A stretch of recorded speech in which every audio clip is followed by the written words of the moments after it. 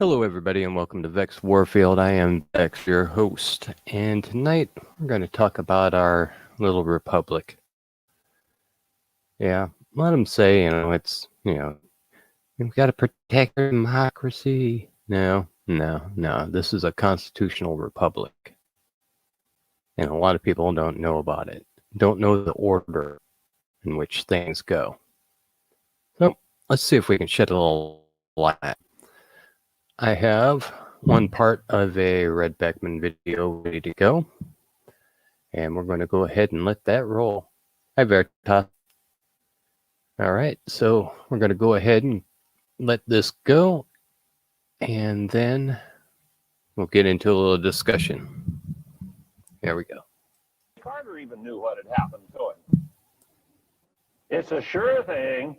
Don't tell me I messed up the sound again. In the White House, because we were manipulated in this country. Now, I wasn't manipulated. I'm going to have to do a little bragging here. I was not manipulated because I knew that what was going to happen was where Jimmy Carter had deficits running 60 to 70 billion. Once again, I knew that we were going to have, as far as I know, you guys can't hear that video, so I'm going to drop it. In other words, you hear it? These bankers were going to be able to I'll stop talking then and start it over. 3 times as much to the government. The deficits were going to be tripled, and I knew that was going to happen, even if Ronald Reagan was promising the American people on the. And I don't think Jimmy Carter even knew what had happened to him. It's a sure thing he didn't win a second term in the White House because we were manipulated in this country. Now, I wasn't manipulated. I'm going to have to do a little bragging here. I was not manipulated because I knew that what was going to happen was where Jimmy Carter has it's running 60 to 70 billion, I knew that we were going to have deficit money in the 200 billion plus range. In other words, these bankers were going to be able to loan over 3 times as much to the government. The deficits were going to be tripled, and I knew that was going to happen even if Ronald Reagan was promising the American people out on the campaign trail that he was going to balance the budget. You remember that. He said he was going to balance the budget. And I was telling people out here, I said, we're going to get the biggest deficits we've ever seen in this nation. And people thought I was nuts. But you see, time goes on by, and I was right. I was correct. Now, let's go over here to the pecking order in this constitutional republic. The form that the founders gave us back with the Constitution for the United States of America. They had that constitutional convention back there in 1787. By 1791, December of 1791, we had the Constitution ratified and we had the Bill of Rights. The first 10 amendments to the Constitution had been ratified by the states. We had an independent nation. It was a nation of independent sovereign states. Now, I won't get into that part of it, but here was the pecking order in the system that they set in time. They put God, our creator, at the very top. Go back and read the Declaration of Independence, and they talk about nature's God. Who are they talking about? They're talking about a creator God. Now, they put the individual next in line. God didn't create this system. It was people. We the people created the system. You'll notice that the Constitution is below we the people. These individuals, that's what we make up as we the people. And they wrote the Constitution. We're not below the Constitution. I don't have any constitutional rights. My rights are inalienable or unalienable, whichever term you use, because they came from my creator. And the founders understood that that so very, very well. And so here we are here, and so now we have written a law called the Constitution for the United States of America, not the Constitution of the United States. It is the Constitution for the United States of America. The United States, the municipal corporation in the District of Columbia, they have their Constitution, but the Constitution that is supposed to govern them is this Constitution right here, written by we the people. And that Constitution, of course, created the government, created the public servants. These public servants create the statute law. Case law doesn't fit over here in this system at all. Over here, it's case law that governs this nation today. And the corporation is on the bottom, created by the statute law.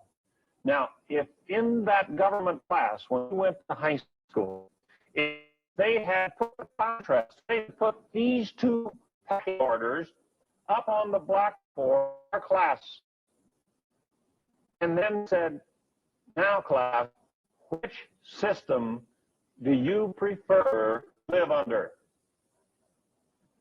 Do you want to live over here in this system where you're up here at the top, where you're above the Constitution, or do you want to be over here in this system where you're on the bottom and there's no Constitution at all here?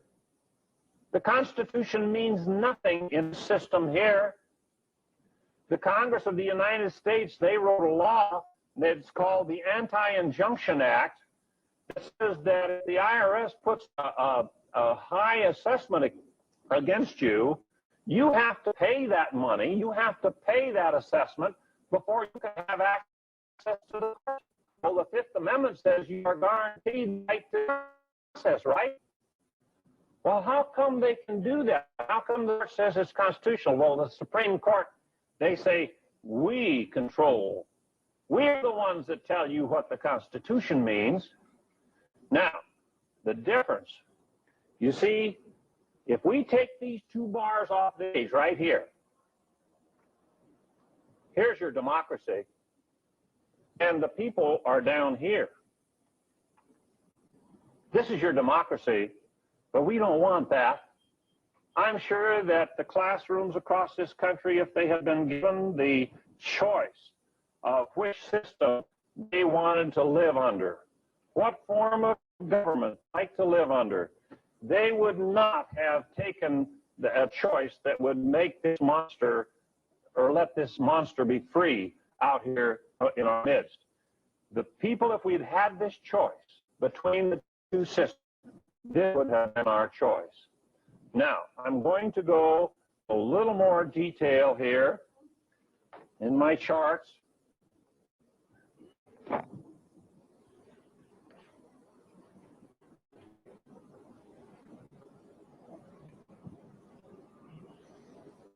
With the pecking order, because the pecking order is here. We want to communicate with our fellow Americans, with our countrymen. We want to communicate this so that they can help us to use this system, to put these bars back up on the cage where they belong. To do that, we have to know what we're talking about. We have to understand the system ourselves. Now, you don't have to go back to college for another semester, another term. When this 2 hours is over, you will understand. You will understand how to communicate with your fellow American out there and how to bring back our lawful system. This is all in its proper order, everything, from top to bottom. We have God and God's law up here at the top. We have the laws of common sense. Now, common sense tells us that if you want to live in an orderly society, you have to have justice. And there's only one way that you can have justice in a system, and that is if you have truth. The professors in our universities and colleges are telling our kids, the students, that truth is an ambiguous term. I disagree. I believe that those people need put out of work. I believe that those people need to go back to school and learn some very basic facts. Without truth, if truth is an ambiguous term, you don't have justice. We don't have justice in our nation today at this point in time because of this education process where they're telling us and teaching us this. Law of common sense tell us that truth is the basic ingredient that you must have in place to have an orderly society. Truth, neutrality, respect for life, honesty, and these are the ingredients of an orderly society. Now, the founders said we're going to have government law, not me. If you're going to have a government of law, you must have a law governing language. You must have a disciplined language. You must have your words meaning, having good, solid, stable meanings, definitions. Remember, I do that tax audit where the commissioner of the IRS said our tax is based on voluntary assessment and voluntary compliance. The word voluntary. There isn't anyone here in our audience, TV audience, that will not be able to give us a definition of voluntary means. It's a free will act. There can be no compulsion. It is not mandatory. It is not required. But our courts, our judges in our courts, our prosecutors in our courts are saying you must volunteer or you go to jail. That is a violation of the laws of grammar.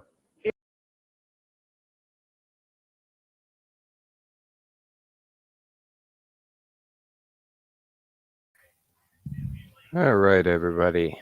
Thank you very much for going through that audio blender. Unfortunately, the internet in this area is, it seems like it's being dialed back more and more. Go figure.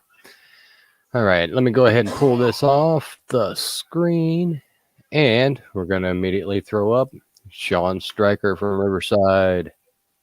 Hello, Sean. Hey, how we doing? Pretty good. Yeah. So, Red Beckman again, and we're going to concentrate on one little section of it, huh? Yeah, I kind of am, and kind of a funny thing. You go to that concise second from that section, from the 6-minute 40-second mark to the end of that particular clip, it's like you get a big juicy nugget of knowledge. The common law, the law of common sense, and of course the law of grammar. Now, I'm going to read something to your audience tonight, and we're going to segue back to that here. Let me know if the audio drops, because I'm going to have to switch into the Adobe PDF app and then read this to you. It's gonna be about a good 2 or 3 minute read, but then I'm going to come back and ask you rhetorically something regarding what I read to you, because we're going to be looking at the law of grammar. So just keep this in mind. All right, let me cue that up. Whoop, that's the camera. I'm practically a boomer with these items. Okay, let's see here if it's going to let me minimize my screen or not. Oh, there we go. I can minimize. How's the audio so far? Is it sticking? Yeah, I think your audio is probably better than mine tonight. Okay, that's kind of a good sign. Okay, I'm waiting for the PDF to actually pull up where I left it.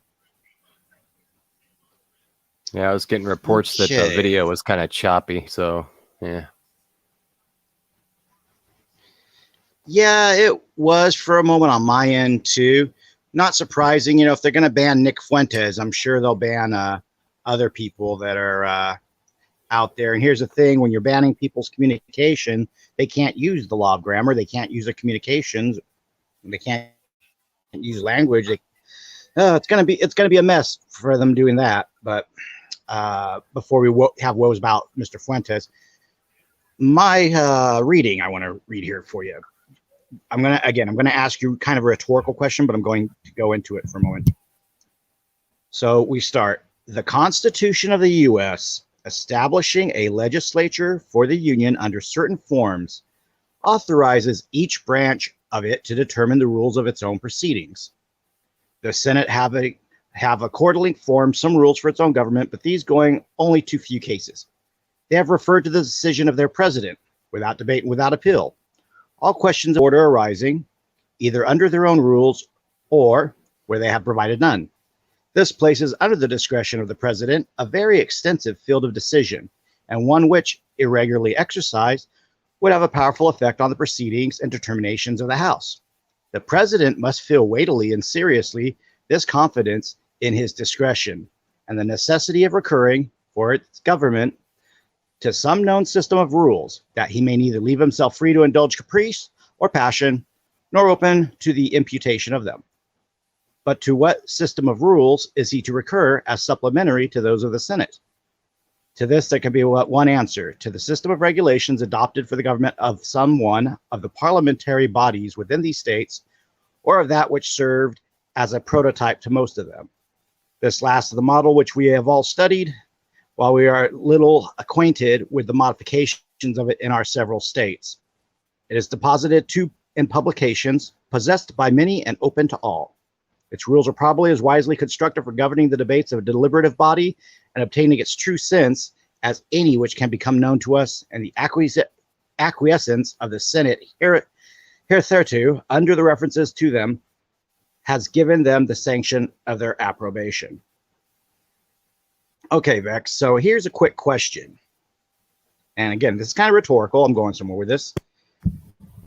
Who is the president?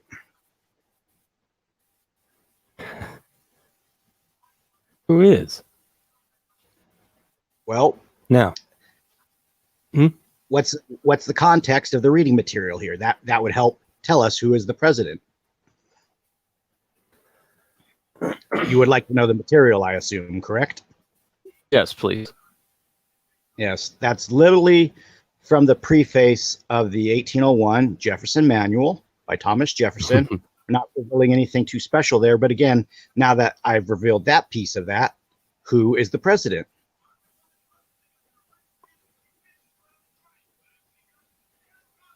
I don't know. I'm still stuck. Well, you see, it's kind of a trick question, right? Right. The Jefferson Manual is designed for the Senate to use to have their debates and have everything flow to and fro. And we find the president referenced in that once, twice, I believe it's 3 times within that system itself. 1, 2, 3. So it's referenced 3 times, the president. Now, here's the thing. Most people don't know American politics in general. If I ask you who the president, you're probably thinking that I mean the executive office of the President of the United States. The President of the Senate is... Who is the President of the Senate, Vex? Man, I have not even paid any attention. You're going to have to tell me. The Vice President. I've been... Oh, what? Duh. Exactly. You see, Now I feel like an idiot. No, it's that's why I said it's rhetorical. It's not to make us feel like an idiot. The law of grammar right there. If a person doesn't know that the Jefferson Manual is written for the senatorial process, for their debates, whatever, and is meant to be used exclusively for the Senate and later was adopted, I believe, by the House. Yeah, it was, at least to some degree. If you don't know that he's referencing to the president of the Senate, you think he's talking about the president of the United States because of inference, Right. because of, we don't understand, because we're not taught that there is a president of the Senate, the vice president. He's the referee of the Senate. And Mhm. it's like wordplay and misdirect. But not intentional. He expects his audience, the people of his day, know who he's talking about. The president of the Senate, the tiebreaker, the vice president of the United States, the guy with the gavel. He expects people Right. know this because they're involved in their civic duty, and with the law of grammar, they're to understand the context and the setting. But because we're not even taught the context and the setting and our civic duties and offices and things, we would use our law of grammar and think, oh, he's talking about the president of the United States, and totally mess up and take that out of context. We would have a wrongful reading of that, not knowing the intended audience and the intended message within. And with that in mind too, from what little I've read in some reviews about it and other things, Vice President of the Senate actually has got a lot of stuff he's supposed to be doing. Amazingly, in our day and age, we don't get to see the Vice President doing very much, as if they might have, passed their duties on. Just a thought. I'm going to tap into some other material here real quick, but comments on your end. Well, I mean, we already know by now that nobody is in control in there. I mean, a long time ago, they quit listening to the people and they just started telling the people what, they wanted them to know. So we have to assume that none of them are actually doing what they're supposed to be doing, and they're all being directed like puppets anyway. Now, you're specifically into it, which, quite frankly, I could use the education or the learning. Well, that's the thing. I'm not going to tell folks to, everything in the Jefferson Manual. I'm not playing gatekeeper, but if people want to find the Jefferson Manual, there's a certain site they know to go to. And if they don't know where to go, I'm sure you can put it up in the chat when you're willing to, Vex, or have one of your mods do it. Yep. Because most people, do they even know there's a Jefferson Manual? Again, the context of our history, what we've been taught. Do they know that Jefferson actually was like, all right, we got to, figure out a way to get what they're doing right now compared to what Britain and France have going on and create, a smooth flowing process for people to learn. Now, I'm going to be going into something else here. Again, because it is, my focus is kind of going to be on law of grammar, which people are going to be like, oh my, don't know context of different things. If you don't know what the words mean or what they are, you're going to get lost when you hear things or terms.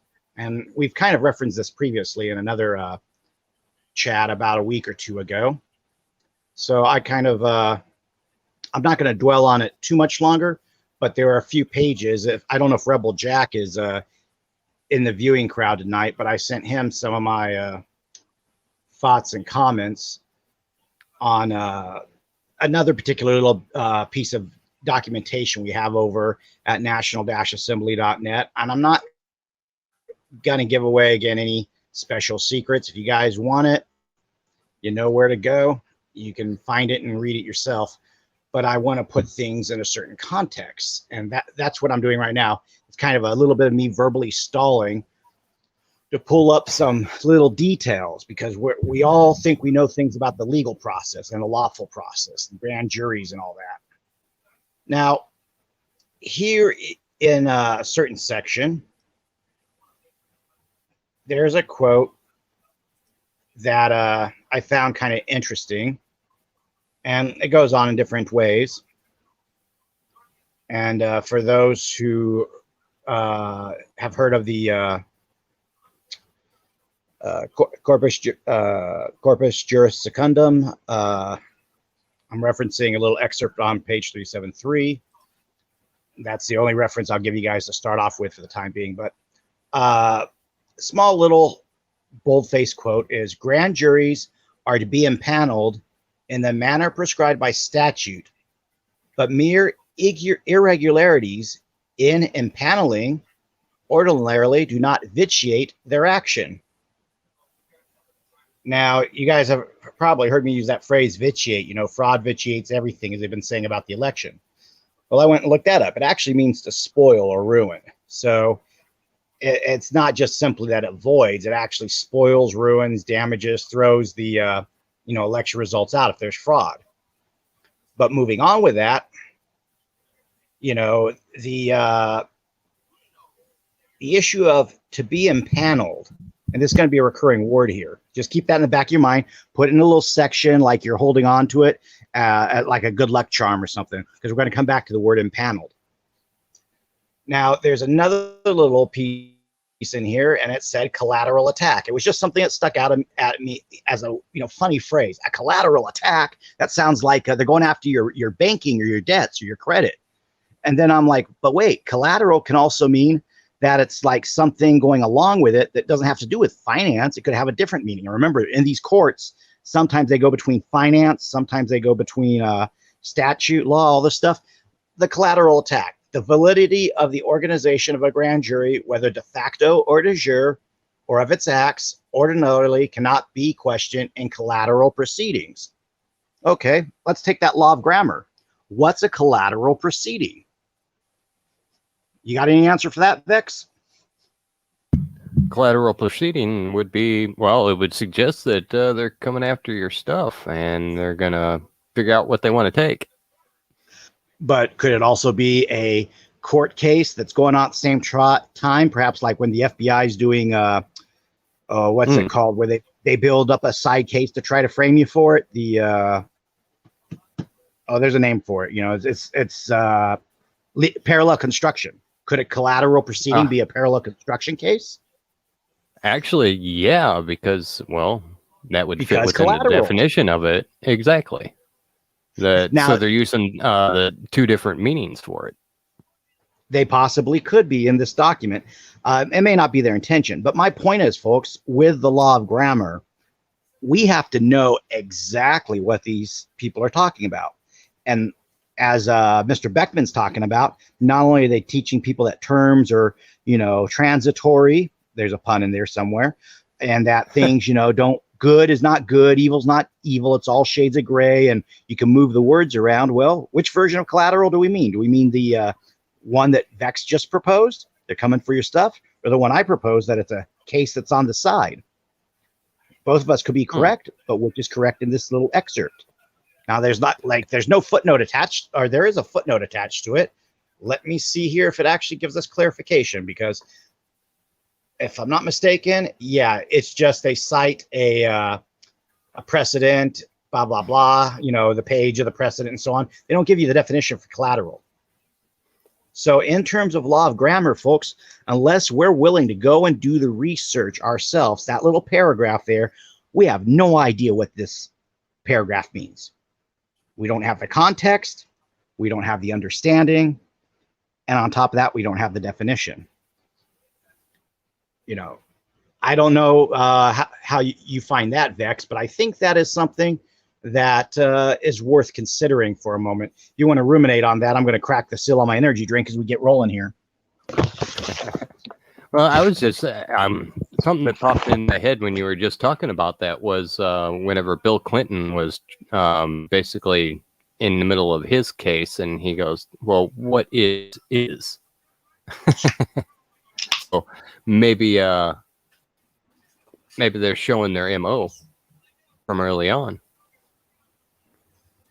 Doing legalese itself, like we were just saying, is complicated, but you can figure it out. I myself have a lot of problems with it. I have to read things several times in a row. Going deep and having it in your head and then mull over in your head, there's something to be said for it. And I'm sorry, Carolyn, I spelled your name wrong. I apologize. Yeah, go ahead, please. Well, that's the thing. It's the legalese. And sometimes they're purposely vague, or sometimes they're trying to weasel another definition in there, like you cited with William Jefferson Clinton and the is. In fact, because I'm reading through this particular document, there's a lot of is in there. And now thinking of Clinton, it's like, did he just change all the knowledge that I'm reading about? Did that son of a gun just upset the apple cart? Perhaps he did. Setting precedent. And not being called out on it either, because the judges were afraid, too weak, didn't have enough power, whatever the excuse was. And, or they had photographs of them doing things that they shouldn't have been doing and couldn't. John Roberts over in Epstein Island. I think that was after I think that was in the 2000s. Yeah, there's an old meme pointing at him. It says, "Who is this guy?" And it shows Bill Clinton and like Tony Podesta and other people in the little lagoon, bathing in the water there at Little St. James. And that's going to come up a little bit later too. Now, Go ahead. You had a thought? No, I was just adding. Yeah, okay, I got you. Well, now I go a little bit further on, and there's a little quote here, and I just want to use this, and I'm going to put it here because again, we're going to go with grammar, law of grammar. At common law, a grand jury must be composed of not less than 12, nor more than 23 good and lawful men, and it's in quotation marks. And I look down, and there's something cited, but I don't have a definition. And then continues, but the number of persons necessary to be impaneled. Oh, there's that word, impaneled again. And sworn to be present for the legal transaction of business is now very generally dependent, blah, blah, blah, blah.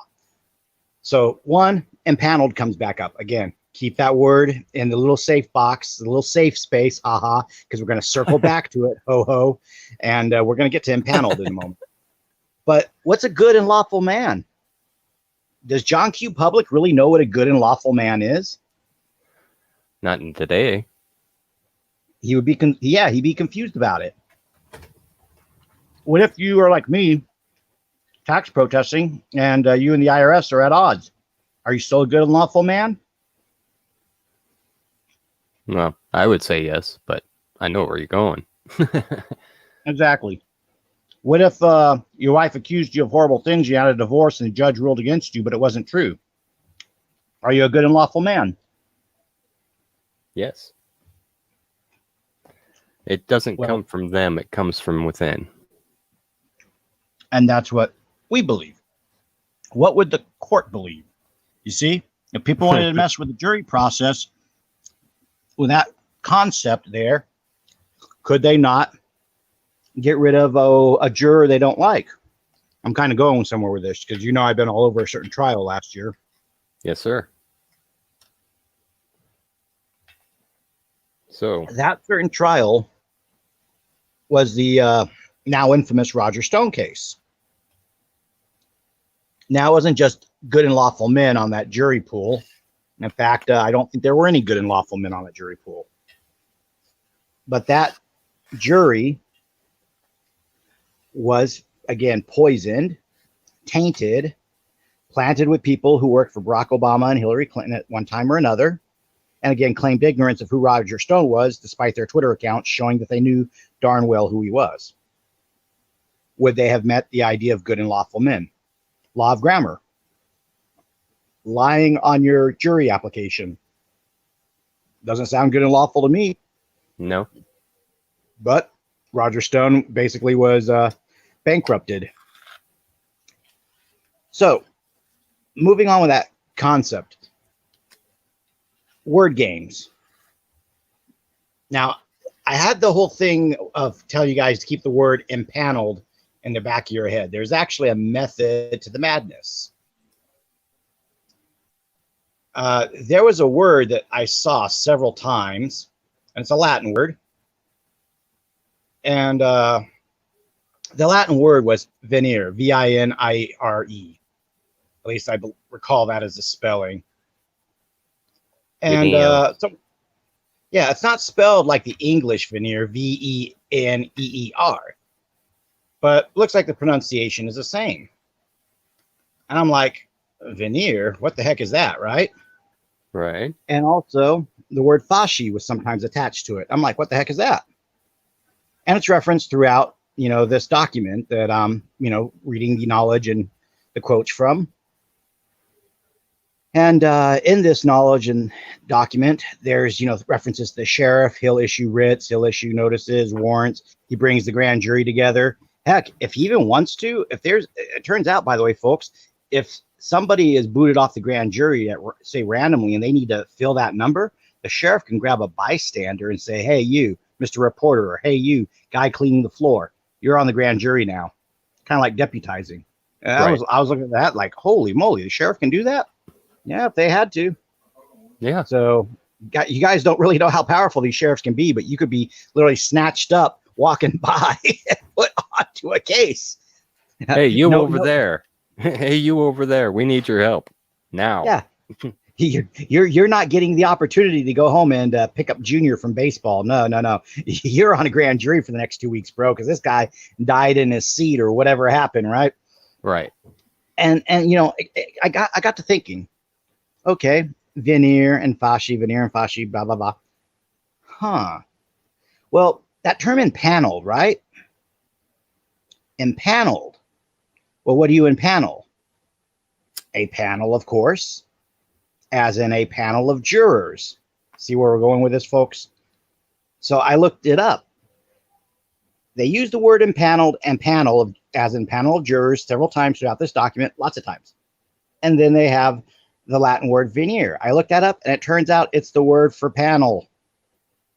The veneer fasci is the word for the writ the sheriff sends to gather a panel of grand juries together, the summons. You guys get it yet?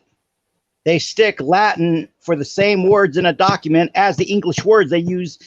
And if you look at the document, you guys can follow up with me on this. You'll find the English words used several times throughout the document, and then later the Latin words are used. Do you guys get what they're doing with the law of grammar here? Technically, they're not wrong. Yeah, it's bait and switch. And it's confusion. They are hitting people up with the Latin, fortunately not Latin and Greek, but they're hitting you up with the language to mislead you, confuse you, or obfuscate you. If I had not looked up the definition of veneer and fasci in this regard, I would not know what they are or what they mean. And I would still be like, huh? What? But then the irony or the silly part is you see the definitions used on their own in other places throughout the page. If I was a guy writing a book and Joe Smith is my character, yeah, here and there you're going to put him, her, Joe Smith grabs his mail or Joe Smith's mail, but you don't recreate his name in Latin as Joseph or whatever, the equivalent would be, and Smith into whatever it would be in Latin. You guys get it? The lawyer profession, the legal profession, has played this game since time immemorial, and since they started using Latin, of course, because they don't want to use the vulgar languages, to hide what they're talking about sometimes, to obfuscate the law of grammar, to muddle it and make it confusing. That way you need an interpreter. Yes. And that interpreter is called a lawyer. Correct. Now, again, we reference the Greek and the Latin, folks. When I was coming up in the 80s, and for that much, the 90s as well, I know I'm kind of dating myself here. Basically, nobody wanted to take Latin or Greek classes. In fact, schools were trying not to offer them anymore. Instead, we were being told to take Spanish or French. That is a funny thought right there. Why don't they want us to learn Latin and Greek? The classically educated folks still occasionally learn it. And so do folks who have to, take Catholic Mass if they're Catholic, or they're going to be a priest, that sort of thing. Why would the schools phase out Latin and Greek education? Because that's where the information is. Yep. Now, here's the thing that goes with this, right? You're going to love this, Vex. You're going to have one of those, wow moments. Okay, I love those. What did they used to call Latin and Greek in school? What was the phrase for their type of language? Spanish and French, for example, with Italian were Romance languages. What were Latin and Greek called? To tell you the truth, you're asking the wrong person. Well, fair enough. All of high school was not my strong suit. That's okay. I even knew this term in junior high and stuff. I was in one of those weird situations in junior high where I actually took Russian, German, Japanese, and Spanish in 1 year. This was coincidentally the year I lived in Utah. You would get an introductory each quarter to each of those languages. It's kind of like a way to get you interested in learning languages before they slap you into Spanish or French in high school. Good thing was I got back to California in time and learned a little bit of Spanish, and I barely use it except in Lucha. But that allegory aside, Latin and Greek, get ready for this, Vex, they're referred to as dead tongues or dead languages, aren't they? That's true. If we are in the statutory courts, are we not in the courts of the dead? Yes. You're welcome. What language would the dead speak? Oh, the language of the dead, of course. Latin. A dead Greek. language. These bastards have been telling on themselves for how long? Since the beginning, if you can figure out when that was. In beginning. You know, like McAfee said recently when he said this a while back, but it came out, you know, with his Epstein moment, that the New World Order is in plain view. It's in plain sight. Yeah. I mean, that's easy to say actually right now, but what do you mean? It's the unelected bureaucrat who serves 40 years and collects that retirement paycheck, but the whole time he never does the right thing because he makes sure that everything that's filed in this drawer never comes to light. Yeah, bureaucracy. It's like the guy at the end of Raiders of the Lost Ark pushing the cart with the Ark of the Covenant into the warehouse with all the other artifacts. Yeah. Man, what if that was true? Oh, sorry. Another side thing. No, that's all right. The Ethiopians believe they have it, and for some reason their priests lose their hair, lose their teeth, go blind, and get leukemia. So something in their little shrines messing them up. For all we know, it could be asbestos, right? Yeah. Well, there are signs for that, but yeah, I know what you mean. You started my mind wandering. Mm-hmm. Check your comments real quick. I want to see. Let's see here what they're thinking about dead languages, because the comments aren't dead. I can definitely tell you that they're all popping. And yes, the dead don't speak. Very good. Yeah. They don't speak. We have to speak for them. Well, thank you, Scrimshaw. You are correct in that they are Romance and Hellenic.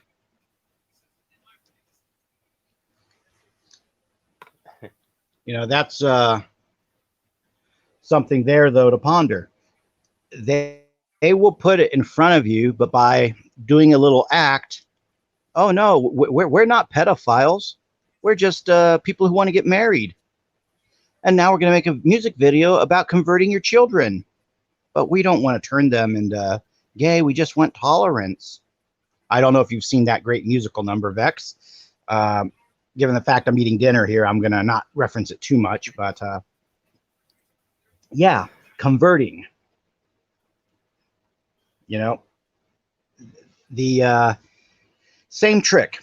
They put it out in the open, and then they tell us that, oh, yeah, we aren't pedophiles. Just we want to dress in drag and have your kids sit on our laps.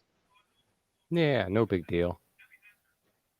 You know that panel of guys singing from the San Francisco Gay Men's Choir? Turns out one of them has a pedophilia conviction. Who knew? No, say it ain't so. Surprise. But we're wrong for being suspicious of their motives. Right. I just want to say that there is no place on this earth they could hide if society falls apart. I just want to make that plain. Yes, that's let's just say millstones have more than one use. Yeah, watch the channel get striked like Nick Fuentes on Twitter. We love rainbows. There, I saved us. Yeah. Because God's like, you know what? I'm not going to flood the world again. Next time it'll be fire. Thanks, God. I got marshmallows. For real. Bring it. Anyway. But I wanted you guys to know, as you're going along and learning how to retake your rights, how to retake your power, that you have to know how to say, how to speak, how to announce, and be advised. Just with that simple logic, we just proved that the courts are the realm of the dead. And you are a living person. You do not exist under the dead. They're 6 feet under. You're 6 feet tall. Big difference. Give or take an inch, of course. Give or take. Here, I'm So- gonna make us friendly again with all the YouTube nerds. I'm gonna put Oh yeah, up the a chat's going nice crazy. picture.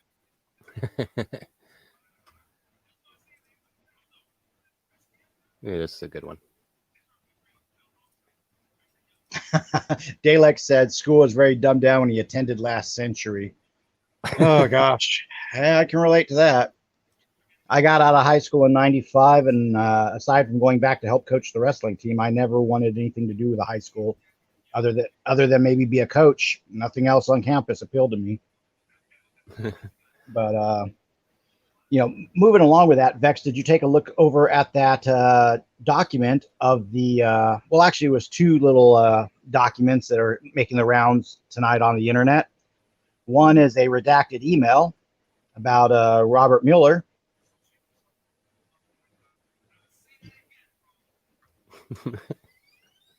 Charming rainbow. Now, if only had some green frogs hopping around it. I just wanted to put a plain one up. See, we're friendly. Of course. I don't know. I haven't had a strike yet, so I'm kind of expecting one anyway. So, Well, at this point, anyone on social media, if you're going to boo-hoo that you get taken off social media because you're a patriot, most of the platforms that'll take you off, don't be surprised when they do it. Have your plan B, have your Brighteon, your Rumble, your BitChute, your Library Odyssey. Have your other platform on standby, if nothing. Don't look at YouTube as guaranteed. Vex has already made that point. He doesn't plan to be monetized on YouTube.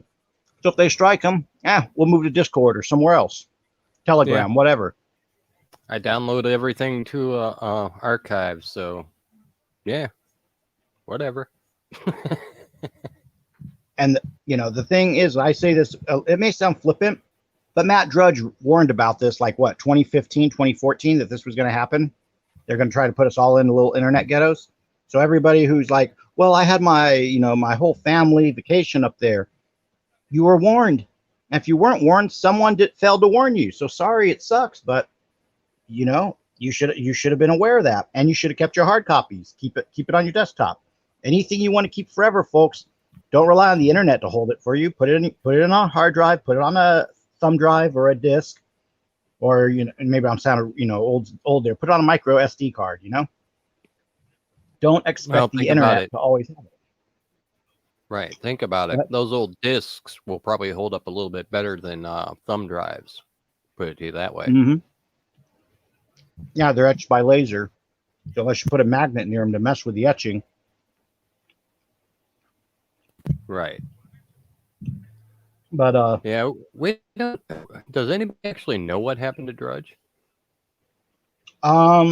Simple. They bought a controlling share, and by they, I believe it was Media Matters, got a controlling share in the Drudge Report, and he basically got bought out of his own project. Oh, so they just booted him. I wonder how come he hasn't come out in the open with anything. Well, let's see. He made his name exposing Monica Lewinsky.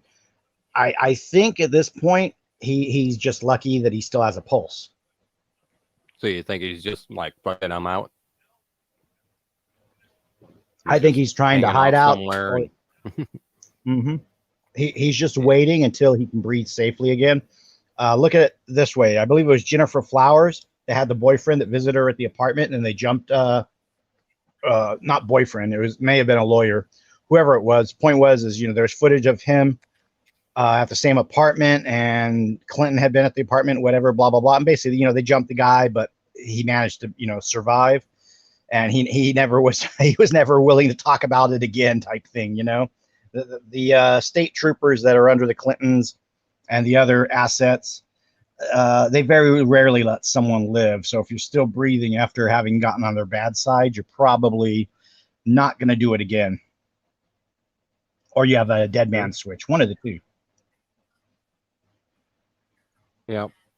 Well, as it seems now, we've gone from the quote unquote famous types with outright threats to just, the run of the mill, everyday Joe and Jane.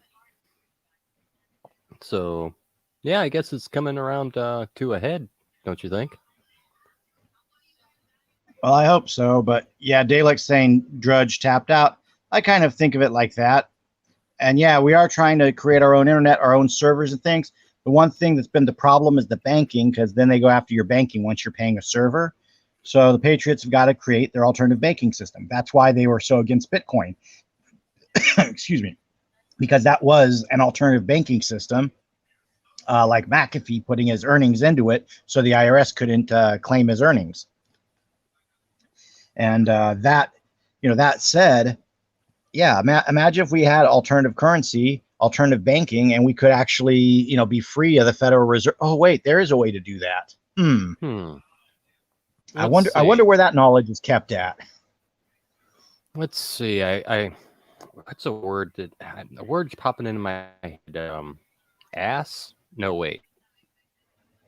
No, that's the other end. National-assembly.net. Yep. Moving along with this thought process, the document I sent you regarding Robert Mueller, apparently, folks, there's someone sending something around right now, and it's circulating online.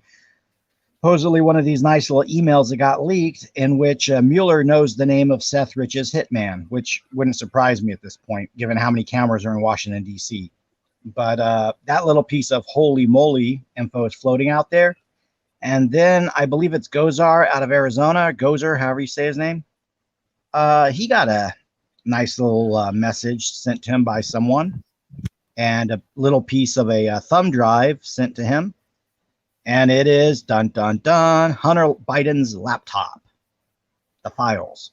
And he basically gave the congressman a letter saying, hey, I trust you're going to, I was a veteran. I trust you're going to honor our oath and publish this, or see that it gets investigated because it hasn't been, blah, blah, blah. Like a good 2-page deal. So if Vex wants to put it up in his Discord or put it up on the screen, those options are available to him. Now, again, these could all be, of course, elaborate forgeries and ruses.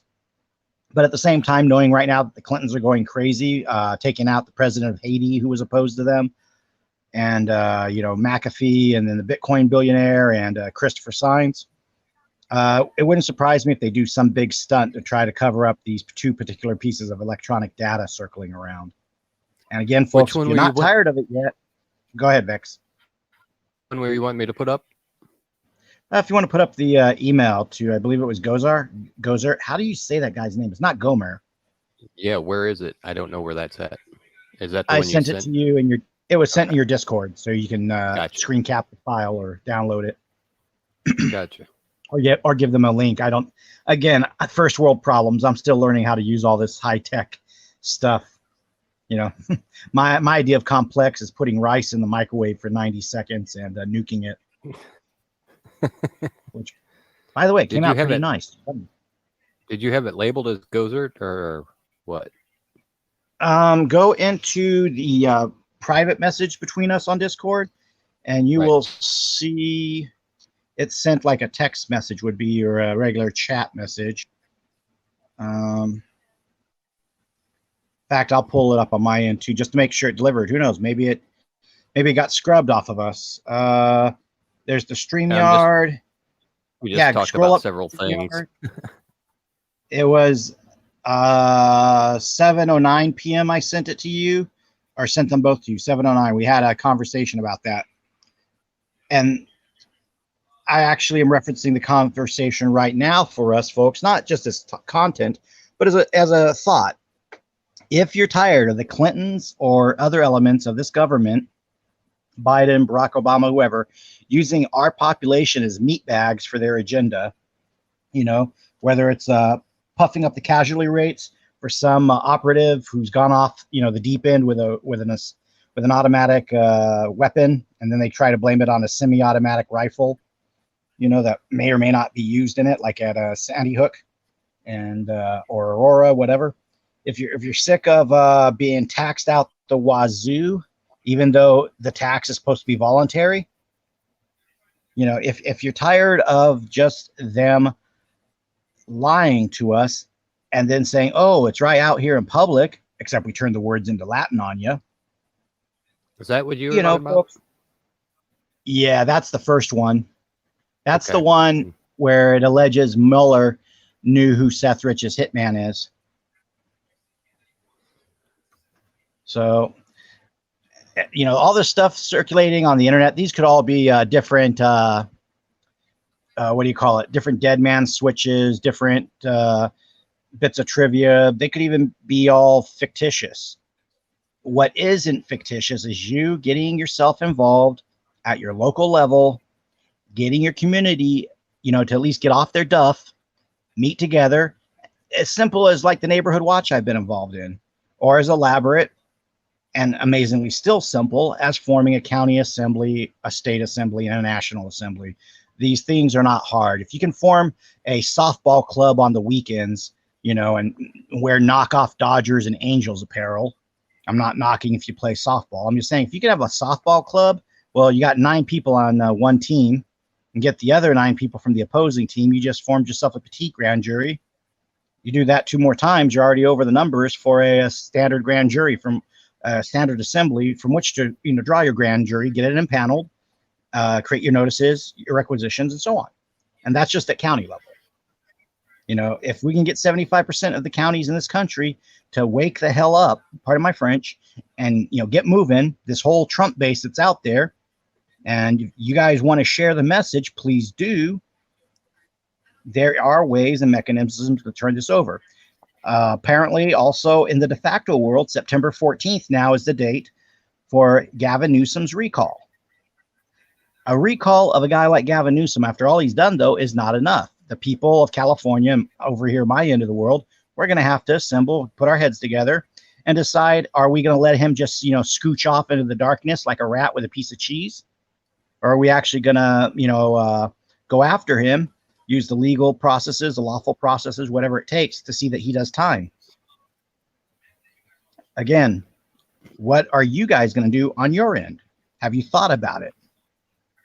You know, some of you will be in different panels, and you'll add your insight, and it's great. We all have some knowledge about this rabbit hole or that rabbit hole. But if we don't do anything with the knowledge, we're just gatekeeping that knowledge.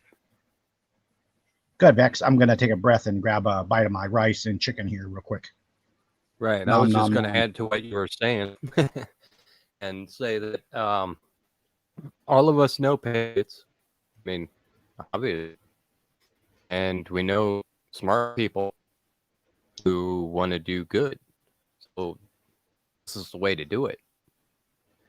Everybody's got all these ideas that, you know, that nothing can be done, but there's something can be done. All right, let me wrap up this gulp so I don't put spittle on the phone, right? Okay. Hope your guests are patient, because out here it's been dinner time for a little bit. But the issue when someone says there's nothing that can be done, or what can we do, or, you know, we can only go to a violent war, you haven't tried all the options. I know there are people who want to quote the violent parts of the Bible and be all up in arms. Aside from sounding like a glowy, that's a fed for us normies. Said person hasn't read that in the Bible, just like also with the conservative Muslims who are pretty based and lined up with us. You have 2 options. You have the way of peace and the way of war. Now, most Muslims prefer to go by the way of peace. Although the way of war, if you want to get technical, is what they should be going with in the way the Quran was written, with the later revisions being what you have to follow. That's beside the point. I'm using it as an allegory to reflect what's in the Bible. In the Bible, you have the Old Testament God knocking down cities, sending Samson to, you know, beat you with a jawbone of an ass, to, you know, David with a slingshot. You got all this action-packed drama. But then you go to Jesus, Yeah, he has his moment with overturning the tables, but he's the Prince of Peace. Yes, have your sidearm, sell your cloak, buy a sword, but you're working for the Prince of Peace. Ever since that crucifixion, they worked on changing the calendar to reflect the time of his crucifixion. The Common Era is what the modern liberals are calling it, but remember, it's still AD when you go in the courthouse, because the courthouses are still under ecclesiastical law to some degree. Not as much as they used to be, but there's still hints and elements that seep through. If you look at the Christ template, or Christ as what we know of him from the different incarnations of the Bible, he was not always itching for a fight. He rebukes Peter's use of the sword. And Peter's defensive. He's defending Christ from the guys arresting him by smiting the ear off the legionnaire or the centurion. And Christ heals it. And he warns him, those who live by the sword die by the sword. Sometimes the best offense is a great defense. During the Cold War, America had the biggest amount of nukes. We had the best defense. You so much as touch us, it's mutually assured destruction. So you as patriots need to develop your defense. Defend yourself adequately at home, yes, prep, bullets, beans, bandages. Once that's done, once you're squared away, you got to reclaim the Republic lawfully. You will not get to shortcut to the, crazy Yahoo 1776 battle royale if you have not done the lawful process. The reason that the kids are in prison there in DC is a lot of them still believe that the First Amendment applies to a protest, not when you have DC as foreign territory, let alone you're going into a de facto jurisdiction with what they did. A lot of them are probably reading, if they're allowed access to books in that library in the prison. If there is a library, maybe they're getting a chance to read. Last I heard, they're sleeping with cockroaches, and one of them's been getting beaten on. So I don't think libraries are a high priority in DC's prisons. But had they known a different route, yeah, exactly, Rex. Had they known a different route, had they known about the assembly beforehand, maybe those 400 or so people would have been there in DC right now. Instead of being prisoners, they would have been, here's our grievances, here's our requisitions. Congress, enact it, get a move on. Maybe they would have been our reps, because they are obviously motivated enough to get all the way to DC from all corners of the country. Imagine if we took that energy and applied it correctly versus just willy-nilly hop on a bike, a truck, a bus, whatever, a car, and just show up with signs. Again, that's not a chastisement or an indictment of their character. It's just a matter of the knowledge not getting out in an adequate fashion. So those of you who are in the chat, it's on you to pass the knowledge along. This is a way that you can stop them dead in their tracks. Like, you could almost think of it as erasing all the bullshit they've done. Because once the assemblies are settled and seated, we're unstoppable. They can't do anything because they have no power whatsoever. And they know it. That's the kicker. They know it. And they go according to that. They are also right now reacting out of fear because they are aware of us. Current scuttlebutt now creeping up through the talking head pundits is that, China just might pull a Pearl Harbor move on Hawaii. Oh, you mean the the Hawaii that just published notice the other day that they're coming together as an assembly? Oh, gee, all of a sudden China's interested in them. Ain't that funny? Yeah. I thought they were worried about Taiwan and Hong Kong. Oh, not anymore. They've locked them down and killed off all their opposition. Oops, did I say that out loud? Yeah. I don't even go down. Let's just say incinerators are not supposed to run day and night for that long of a period. But quite a hot spot. It's just gruesome. China does Holocausts. No one hears about it. Europe does a Holocaust, and everyone's sidled with that guilt for decades. But that's the intention. Again, different narratives and different attempts to take our eyes off the end game. Now, I wanted to touch on the other issue about fear. For those of you paying attention, they have now passed in Congress a bill, and I don't even want to call it a bill because it's so ridiculous. They are now going to have Capitol Police in several other states. You know, the DC Police, the Capitol Police, that are their own body, don't really answer to anybody except for Congress. Oh, that's right. They are now going to be, I believe, in New York, Washington, Washington, D.C., I should say, and California, among other places. So again, government expanding itself to take power, and in this case, it's a police or paramilitary wing doing it. We know this won't end well, but the reason they're doing this is because they expect things to happen at those different state capitals. Maybe they will, maybe they won't. But you don't start bulking up security elements like that unless you're afraid the people are coming for you. And we, the people, we will be coming for them with all different venues available. But if we go hot, we screw the pooch. That's why they have a San Francisco choir of gay men singing, because they're hoping one little dude, maybe, you know, he's a Nick Fuentes follower and he can't cope that Nick Fuentes was kicked off Twitter, or maybe he's just a grandfather who's sick of seeing it all, whatever. The guy will go, head down to that little choir practice in San Francisco, and next thing you know, we're all getting blamed. So that's something to keep in mind, folks. We have every right to be angry at this point. Stay cool. You know, if you ever seen West Side Story, you know, Ice has to calm everybody down. It's corny, but you know, that was a very intelligent storytelling device in that movie when he gets his gang, the Jets, to lay back and relax. Now, I would hate to think our country's divided between two gangs, but really, you know, as Jesse Ventura put it, Democrats and Republicans, you know, red, blue, Crips, Bloods, Pepsi, Coke. They've done a good job of dividing the country. When you go through a lawful process and form an assembly, you actually reunite the country, because there's no political parties in the assembly. The process is the only item.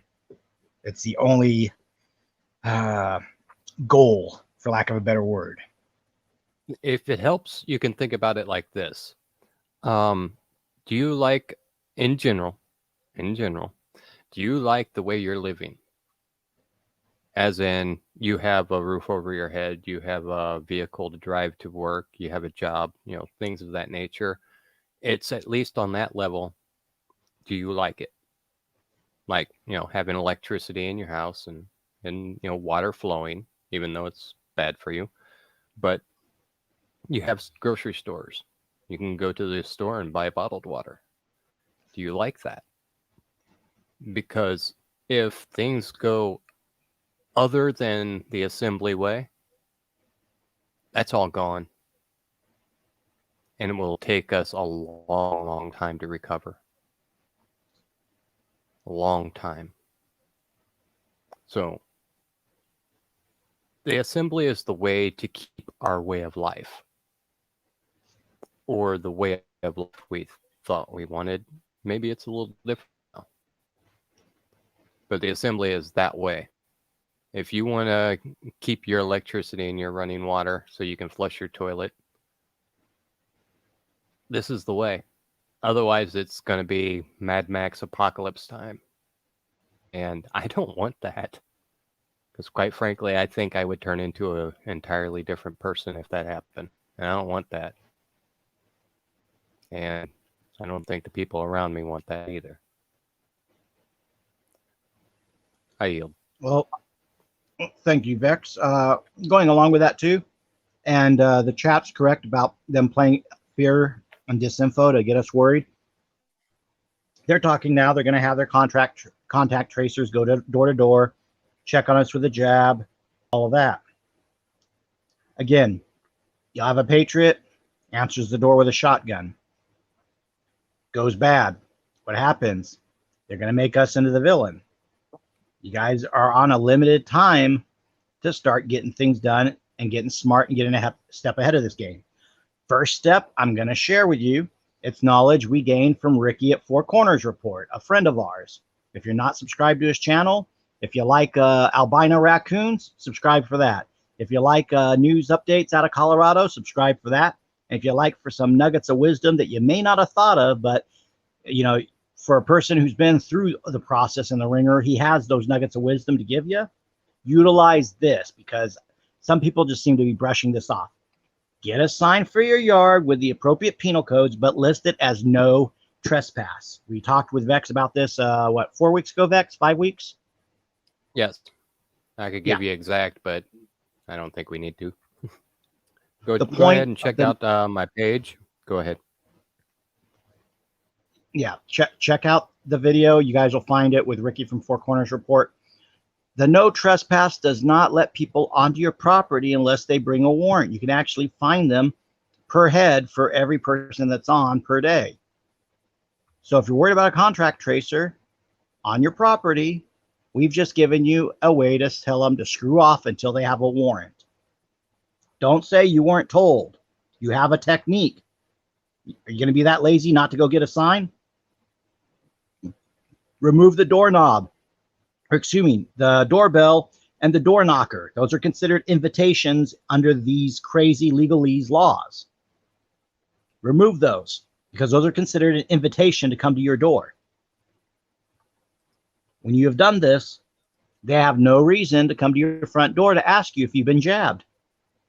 Now at that point, you can go to your front door. You can have your shotgun on one arm or your AR-15 or whatever floats your boat. And you can advise them that they do not leave. The sheriff will come there and arrest them duly, and they will be prosecuted per the penal code as well as fined. They have no power over you unless you yield it to them. Know their game, you'll beat their game. It's like the old phrase from hip hop. Don't hate the players, hate the game. Right now, a lot of people don't know what the game is. Vex and myself are here giving you guys elements of the game. The most winning game is the assembly. And if you can't do that, then you use their own legalese against them. And then barring that, well, I'm not going to tell you what I would do, but if you've ever seen Home Alone, I wouldn't need firearms. I got a few other tricks up my sleeve, and I used to be a wireman. Let's just leave it at that. And remember, these signs can be printed out. I mean, you can hang them on your door. I just wanted to make another quip that anyone coming to my door uninvited will have a hair-raising experience. Just don't catch him in his mask. Oh no, they're gonna look like Don King when I'm done with them. Oh, did I happen to have a couple of outlets right next to my doorknob? Oh, dang. Zap. Anyway, that's a different video. Yeah. Tune in next week for tips for booby trap in your house. Yes. Well, if you ever seen Home Improvement with Tim Taylor, sometimes you learn by trial and error. Good news is I didn't scar my fingertips, but that's I'm going to shut up before my apartment manager gets wind of this. Oh, she would not like that news, especially since that outlet strip isn't grounded. Cough, cough, hint. One of the things we have to make clear as far as all this goes is doing things the proper way will take you farther than doing things the improper way. Should be just common sense. So the more we think the proper way, for instance, the no trespass sign. And by the way, if you copy that from what I had posted up on the screen, make sure if you get it done, take the ing off. No trespass. Yes, no trespass. Not trespassing. That is that becomes a legal loophole. No trespass. That's what you want. Go ahead, Sean. Essentially, trespass means no path. Trespassing is the process of using the path. You can cut across it. Now, if they happen to stop on the way, that's them. Oh, whoops! I stopped on the way and knocked on your door. But you're saying there's no path, no thoroughfare, dead end. don't come down this alley. Different ball game. They don't even get the choice of cutting through. Right. It's that simple. And if they do, as you can see at the bottom there, it says land use fees. Well, that means you get to charge them for cutting through. $5,000 per person per day or any part thereof. Simple as that. It has been posted. They have been warned. If they break that, money, money, money. I could use the money. Wouldn't it be ironic to collect fees on them and then use the fees to, I don't know, maybe petition the sheriff to then arrest all of them for violating the rights of the people in your county, since he's sworn to uphold the safety of the public? Oh, imagine that. I do. Just saying. I imagine that a lot. Very much. Epstein's ghost is agreeing with us, and I appreciate that. And Epstein's ghost, I know you're saying you're not white, but I thought all ghosts were white once they put on the blanket and start acting like Charlie Brown. Even Casper. Or maybe you're more of a zombie if you're not a pure white blanket, but I don't know. I just thought it was funny you put that. I'm like, wait, Epstein's ghost, woo, shouldn't he be like a white blanket or something? Anyway. Well, I guess he could go the zombie route as far as that goes, but yeah. Or then you could be all gray and black like the girl from the Ring, that comes out with the water and the hair in her face and all that creepiness. Tune in to Monday Night Madness when we discuss how ghosts are. Maybe they're zombies, maybe they're not. Are they intangible? Well, funny thing is everyone always says the ectoplasm is fake, but they never give us a chemical analysis of it. Imagine that. Dun, dun, dun. But, that's not really on point for tonight. What is on point is that since we're referencing the dead, the globalists would love for you to be dead because the dead have no rights. And they're currently working on getting a lot of us dead, with the IQ test we call the jab. Those of us who don't have the jab, we have to deal with the fear of whether they'll force it on us, force it on a loved one, or harass us for not having it. And that's already going on as well. So the question is are you tired of it? I'm do some reading. Yeah, I just digested. I'm not going to say, again, which books and manuals I've been reading, but I basically read through something in the space of 3 deep dives. Went through about 30, I think it's 35 pages at most of just legalese, da-da-da-da. And the thing is, I'm going to have to reread it again, not because I don't understand, but because, you want to take notes later, like the stuff I was pointing out to you guys about the Latin interpretation of words earlier. I'm going to want to take notes on that later. I'm going to want to take notes on certain thresholds that have to be met. Here's a bit of trivia for you guys. A person can object, again, to a grand jury being impaneled and can say that, it's, the jury foreman is, he's a racist. I don't like him, right? But here's the thing. You can't keep a jury foreman from being selected on basis of race. And the jury foreman, he actually, in certain courts and jurisdictions, is just basically like the administrator for the jury. He just collects their votes and passes them on. He doesn't really get to do much of a say. Other ones, he gets to take more of a lead. And as a result, most courts have ruled that if you think the jury foreman is racist, it's not really material to the process. Moving on with that, too, the jury foreman, when they're picking, sometimes the courts can have a say in who the jury foreman may or may not be. And I noticed the key thing they were looking for, amongst other qualifications, was what's called command presence. I'm like, command presence? What, you got to be military to, work in a jury? And I'm like, oh, wait a moment. Of course. They're wanting someone who's going to have that. They don't have to have a buzz cut and a square jaw or a high-end type, but they got to have that leadership that when these people are all together, they're just not all there. Oh, I think he didn't. I didn't think he did. Okay, let's go out to lunch. You got to have someone who's actually there, kind of prodding them to move along and to get the information made on the case so the case goes forward. And that's something to think about when you form an assembly. You don't have the assembly movements do not have leaders per se, but you have leaders by default, in that there are people with command presence that take initiative and help get things done. You don't want to shoot those people in the foot. You don't want the circular firing squad, to paraphrase Barack Obama, only good quote he's ever had. You want to have people with leadership skills motivate others to get moving forward, and then everyone brings their best attributes to the table and brings them forward. And that's some of you who will be new to looking into the stuff we're referencing, you're going to want to come in and kick tables over, and that's a good spirit to have. Just don't kick over the tables of people that have already set stuff up for you to use. And oh yes, a very beautiful chart there. That's something we pass amongst ourselves a lot. Make sure you guys understand that there's 5 branches of government. They've been obfuscating that. I incorrectly heard someone, again, another person on social media talking on a talk show that the press is supposed to be the 4th branch of government. No, it's called the 4th estate.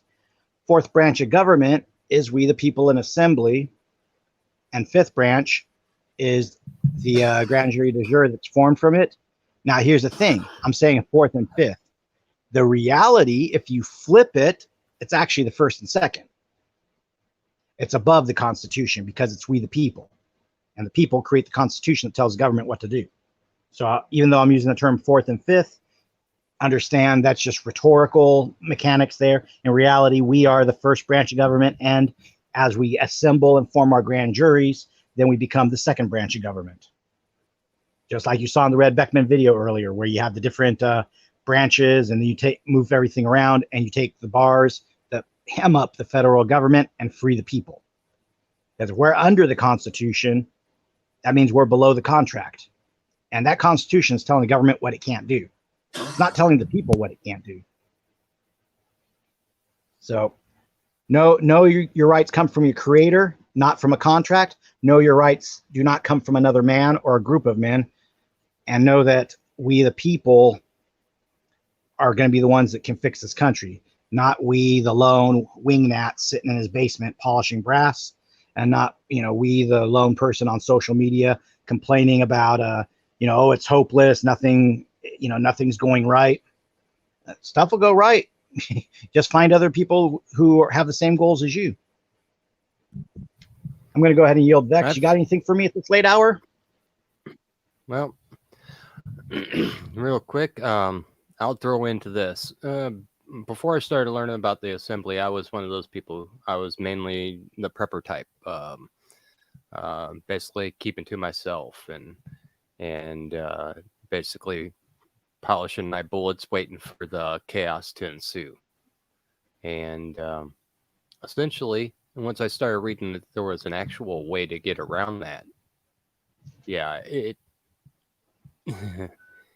made my way of thinking change. Because I don't want society to come to an end. I kind of liked it, at least, to a certain extent. Kind of went over that earlier. But I don't want to lose this. I want to be able to, not worry about, getting shot at if I want to go and find out if one of my neighbors is still alive. You know what I'm saying? Or get jumped because I happen to find a can of beans or something. You know what I mean? Because that's what they're pushing us towards. And go ahead. If I may, Vex, I know I discussed with you Am I Legend the other night. That was in Discord, though. I didn't really discuss it in any of your chat, right? It was just on Discord, just us as a group of people talking, right? I think it'll be relevant. I'm going to bring up what I brought up then. Most of you saw the Will Smith movie of I Am Legend, and you have the zombies and all that, and Will Smith's the last human trying to save them, just like Charlton Heston and the Omega Man. If you've actually read the book, the isolation is played up in the book and to good effect, and there's a reason for that. Just like if you were whether you were a slave on the Underground Railroad and Frank in the attic, whatever, you're cut off from this society.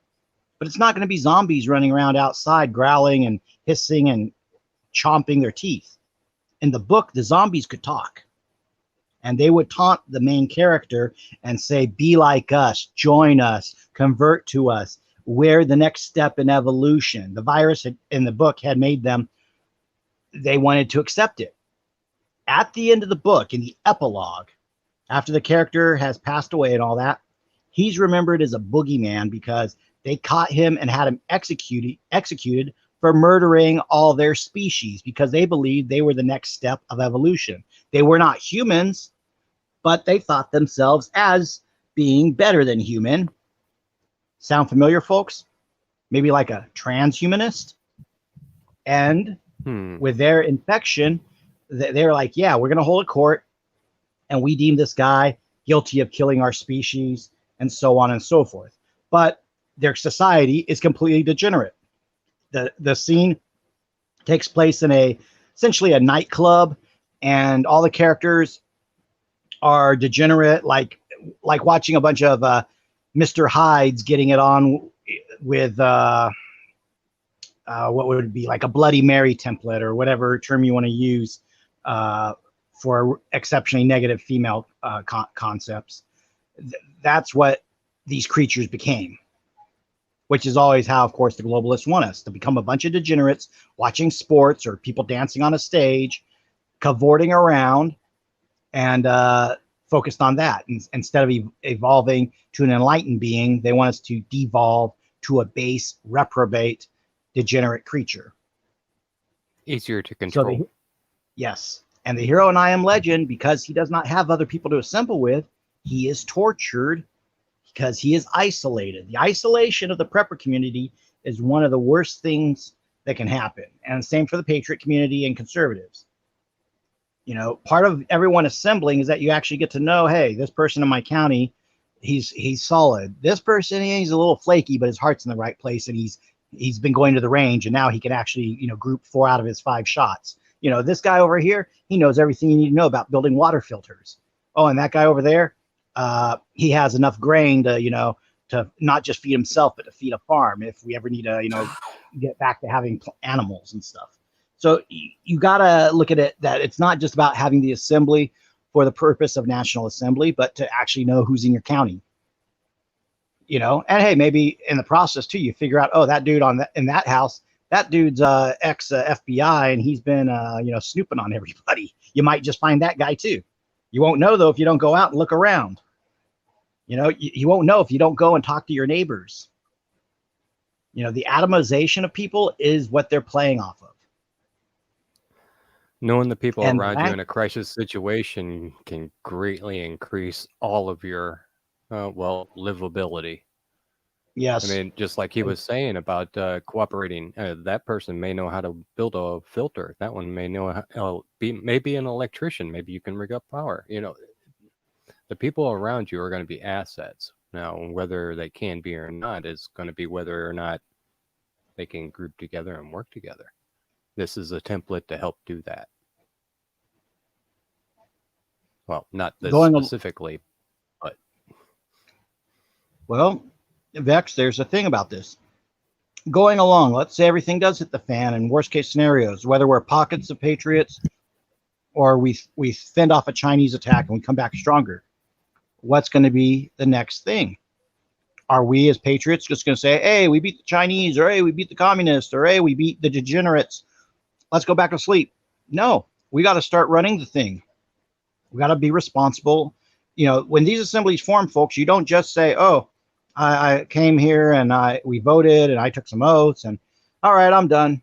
No, maintaining the country is your civic duty, your responsibility, knowing the grammar to do so, knowing the process to do so, and following through and keeping your nose to the grindstone. I know a lot of folks don't like that.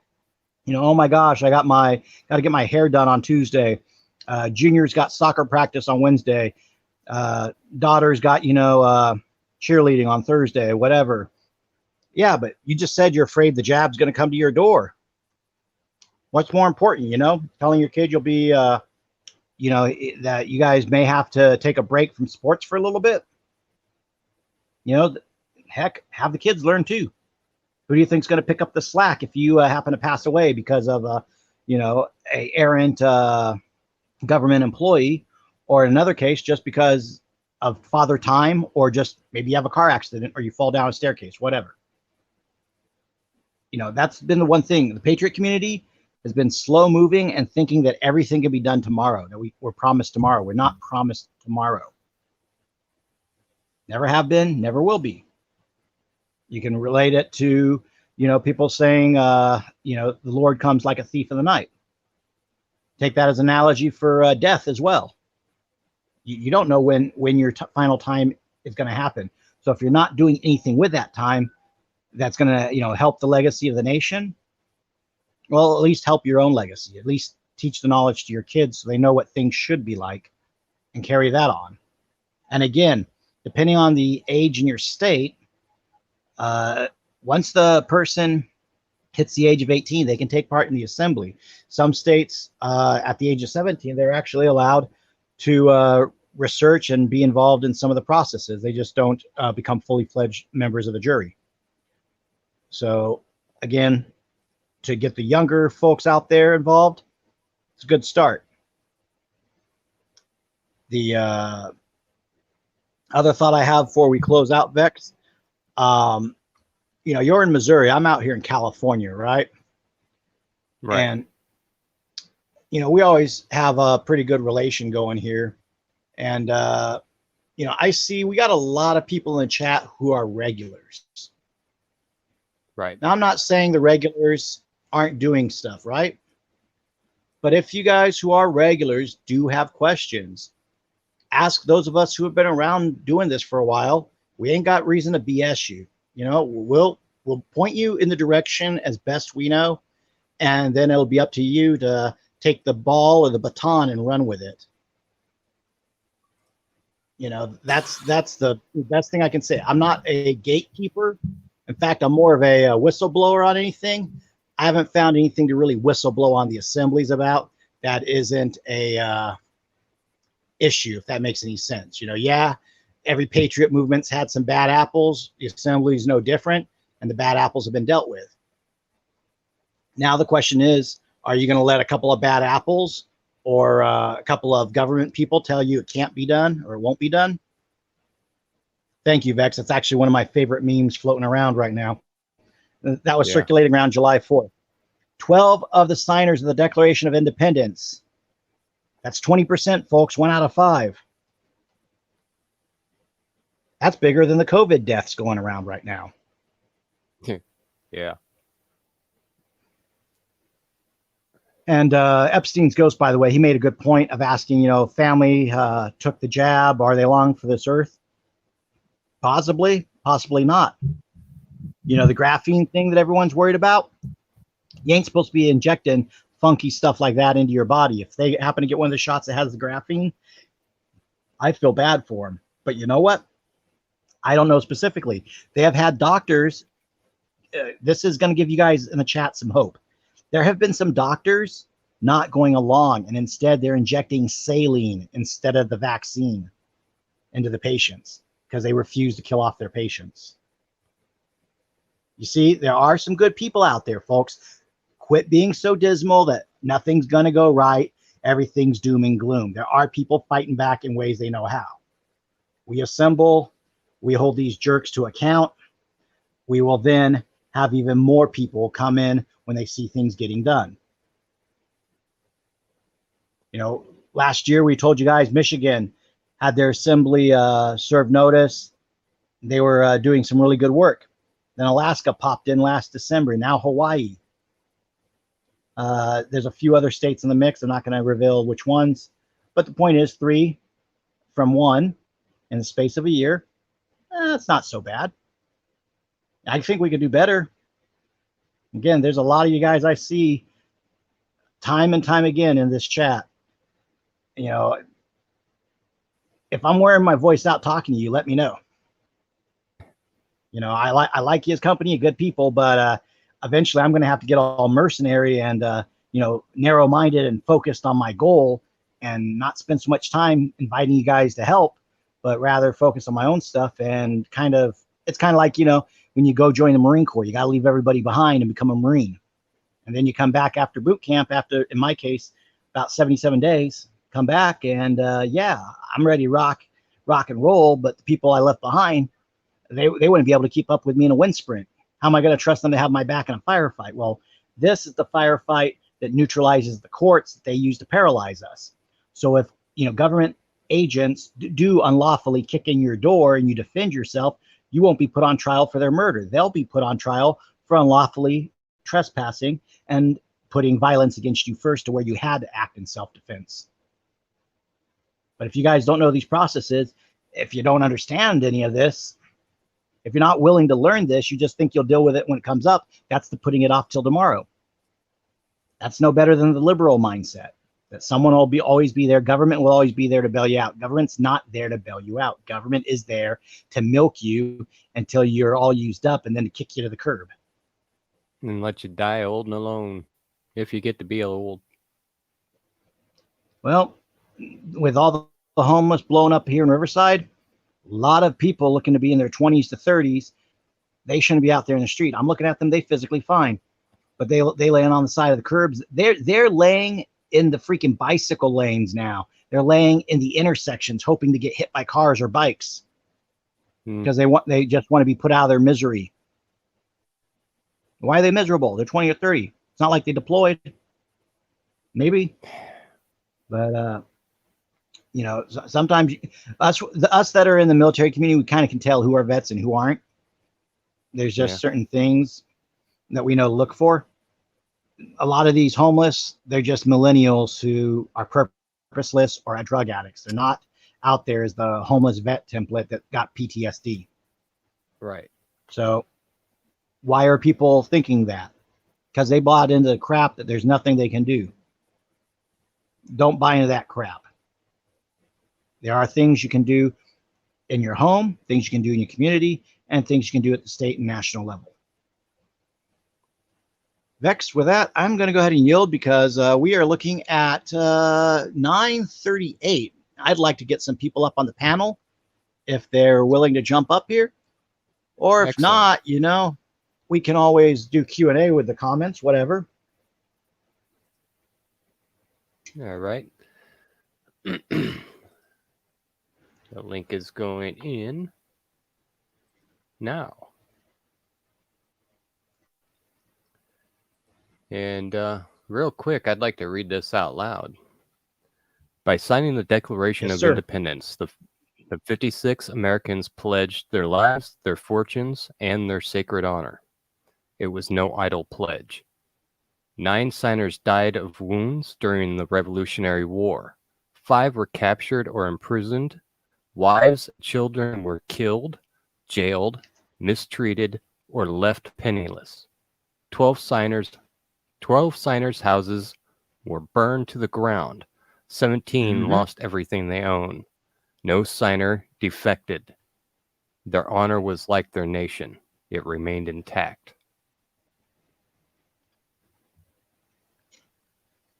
Now, I don't know about anybody else, but I get a little twinge of honor poking around inside my soul, and it makes me sit up straight. I know what I'm doing is right. Go ahead. Ask yourself this. I cited the 12. I was referencing my mistake. 9 lost their lives, 12 lost their houses. Losing your house is almost like losing your life, especially back then. Pretty much your land was everything you had. Your land, your home. You know, these days, at least we can run out with our pictures, maybe our wallet and our credit card, and start over, right? Those folks, for all intents and purposes, was ruined. There is one signer of the Declaration. I remember he wound up dying broke, penniless, and homeless.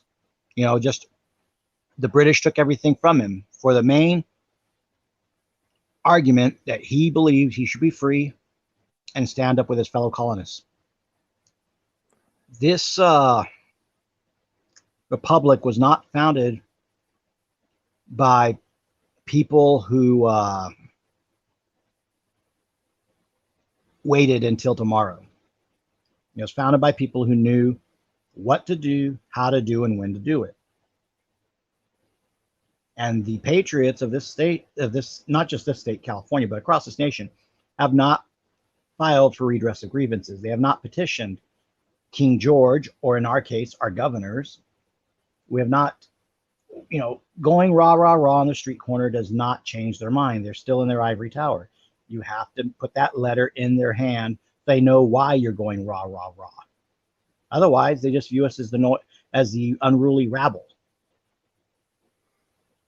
And, if these folks lost their homes, if they lost lives, family, most of you are just worried that, oh my gosh, I might lose a bank account or a social media platform. Not all of you, but there's a chunk of you. I see it everywhere. Oh, I just got my business back up, or I just got my job, or look, I get you might be a paycheck away from not paying your rent. Make sure you have a plan B, or make sure your community has your back, which again is another function of the assembly, that everyone can watch out for each other. Hey, this company fired this patriot. Anybody got some couch space for him for a couple of weeks? That's what people used to be about, and we can still be about that. Real quick, I'm going to add Scrimshaw. Hello. Yay. Hey, Scrimshaw. How you guys doing? Good show tonight, Vix. Thank you. Welcome, Scrimshaw. StRyeR. Hi, Sean. That was great. Pardon? Did you get the caffeine, the coffee? Yes, finally. Yeah, I had to make the caffeine before I could get the caffeine. So, anyway, yeah, I need the caffeine to keep up with you and your energy drinks, man. Well, that's why I get mine in a can. It's made faster that way. Yep. Oh man. Yeah, I'm me and my situation here with Massachusetts, and I still got to get on it, but I'm not making excuses. I just got to get on it. I'm trying to figure out how I can approach this, and at this time, what with the issue that occurred on I-95, and I look at how the mainstream is handling it, they're basically convincing people, or attempting to, that, common law kind of stuff is nutty. And so, here I am. I've been hanging in there trying to get stuff going, and Right. I'm gonna be up against that too, because I think part of this whole thing is being propagandized, frankly. But that's just my right. opinion. It was in your area, right? That happened in your area. Yeah, it started there, right? Yeah. Yeah. That whole thing with the supposed standoff, whatever you want to call it. Yeah, that was not very far from me. But if I may, about that, Tom. Yeah, if I may, ahead, they please. blew that out of proportion. Scrimshaw, some of the reports out here in California were that there was a firefight, which is what I heard at first. And then as you get more and more into it, it turns out that the guys just pulled over at the side of the road. They ran out of gas. They got out of their vehicle with their rifles, probably at port arms or slung over their shoulders safely, like. And, they were going to send someone to go get some gas, and everybody lost their minds up there. And, yeah, they had a standoff, but nobody died, as far as now that, I've gotten more corrected information. No one's dead. But yes, they're trying to make them, they're into common law. They're crazy. Imagine that. Mm-hmm. Yeah, and I was watching some of the stuff on their channel. These are very intelligent people. These are not people that are crazy. I don't know as I agree with them 100% on everything, but very well learned, well versed people, very peaceful people,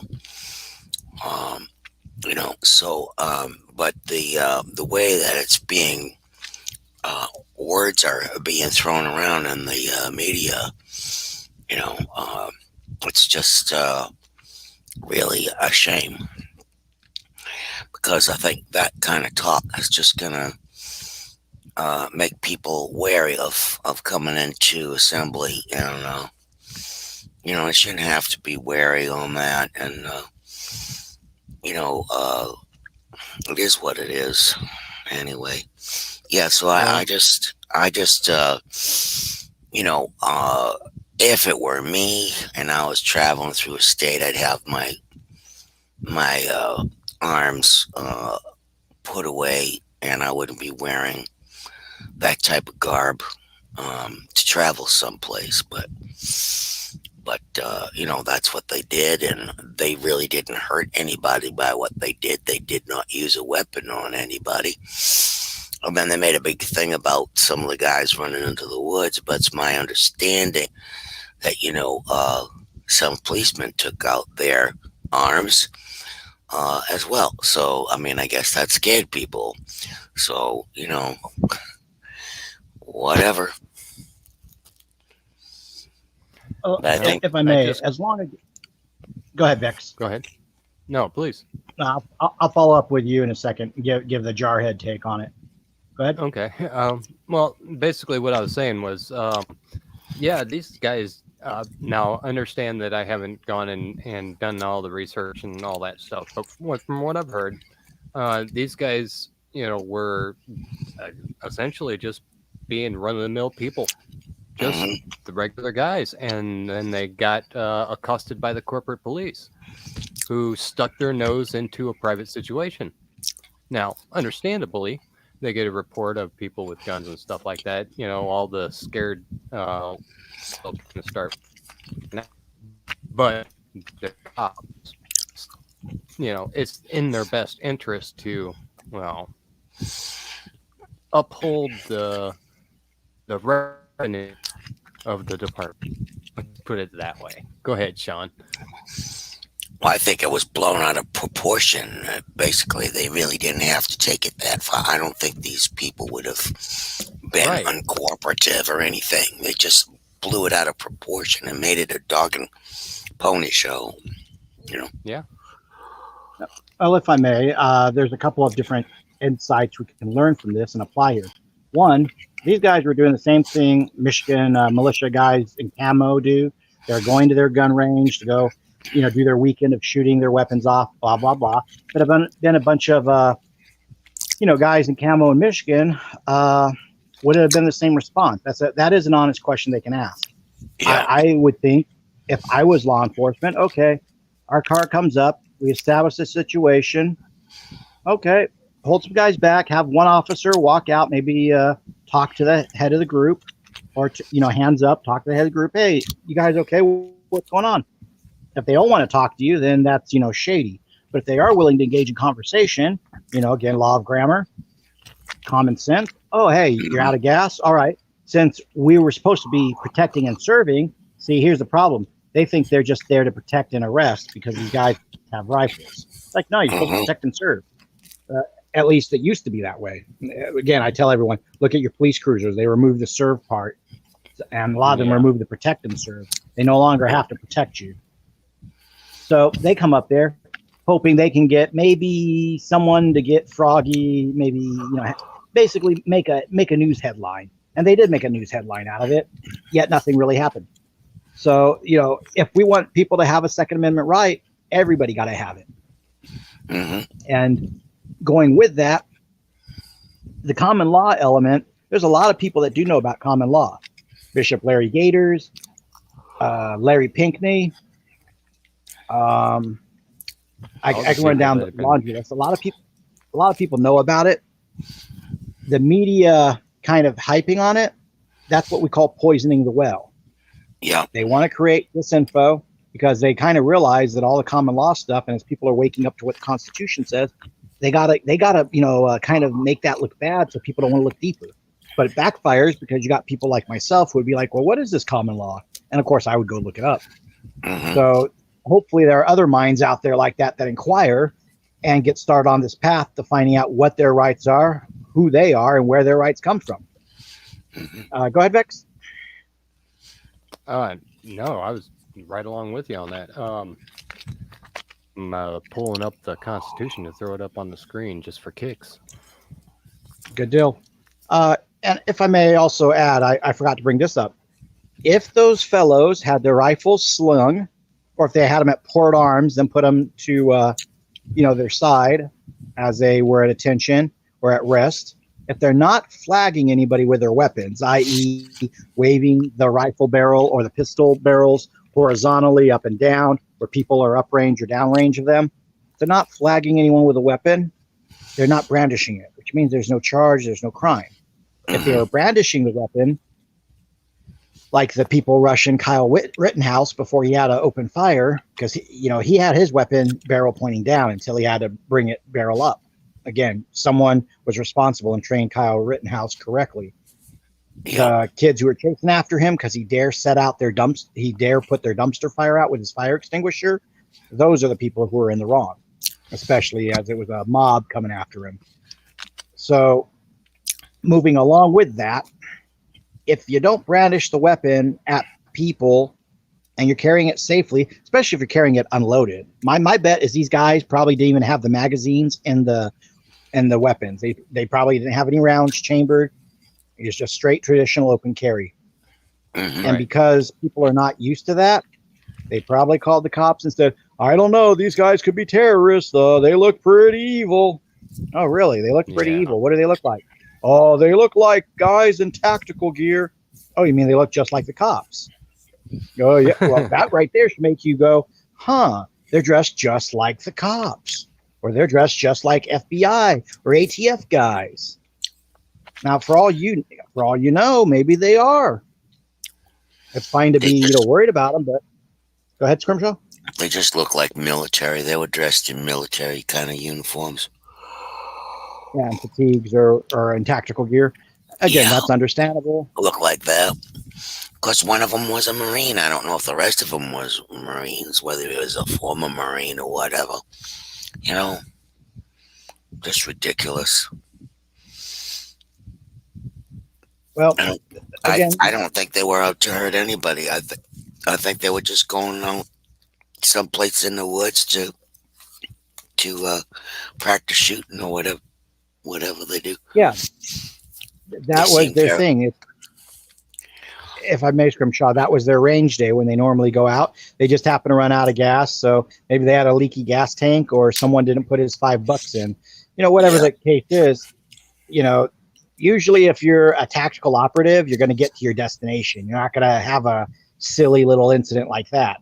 But again, leave it to the media to try to shape a narrative.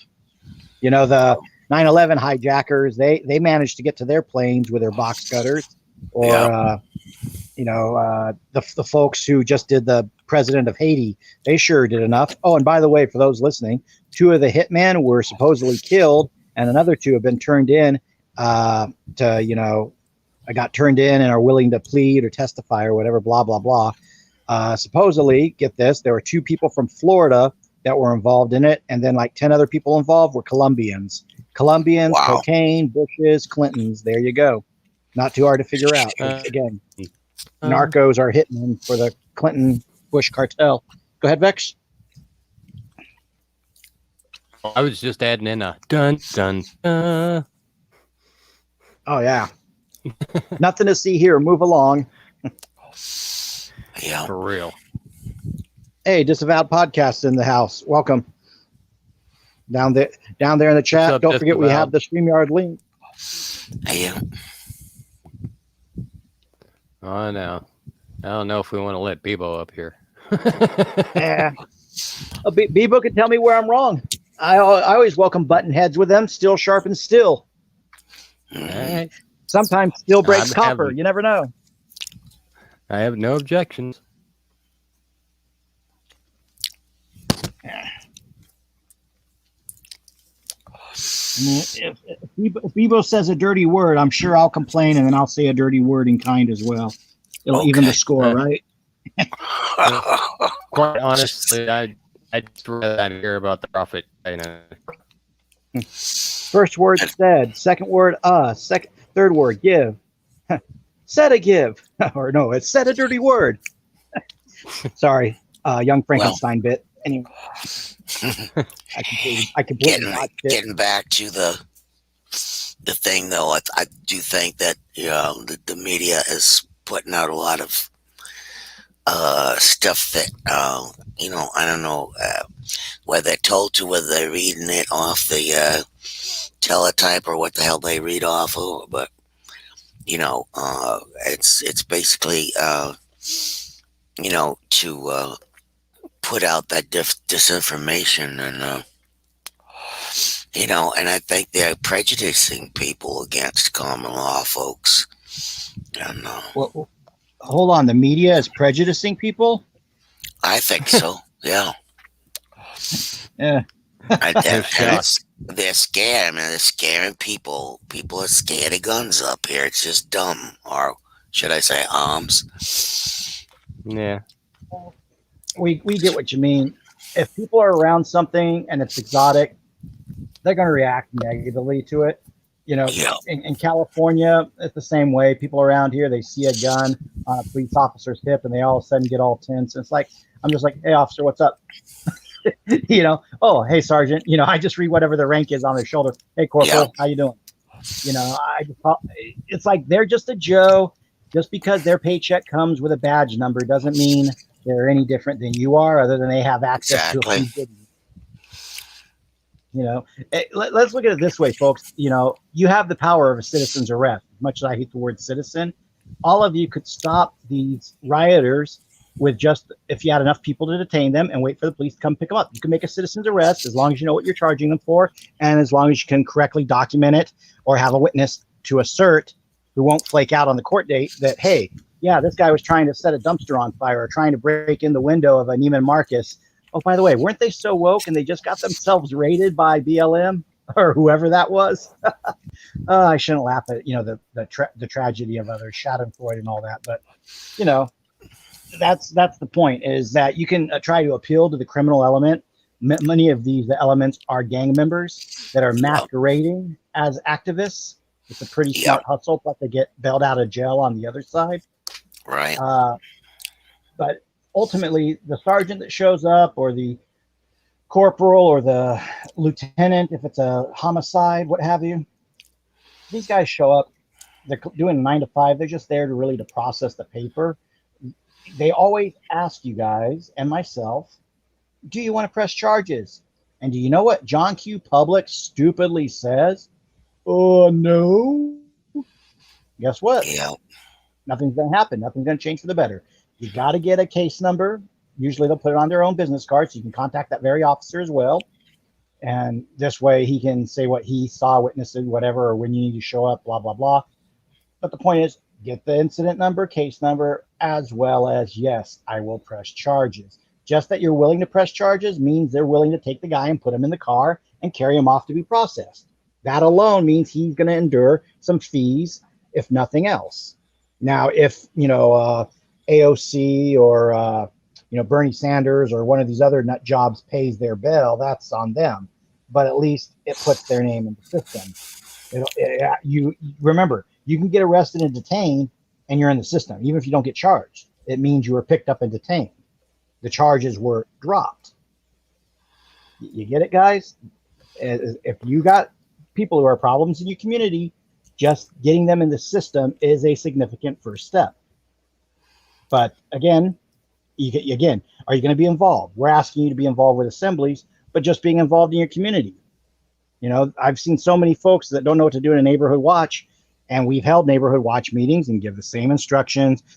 Use the non-emergency line to call police for this. Use the emergency line when there's, fire or bloodshed or actual violence going on, blah, blah, blah.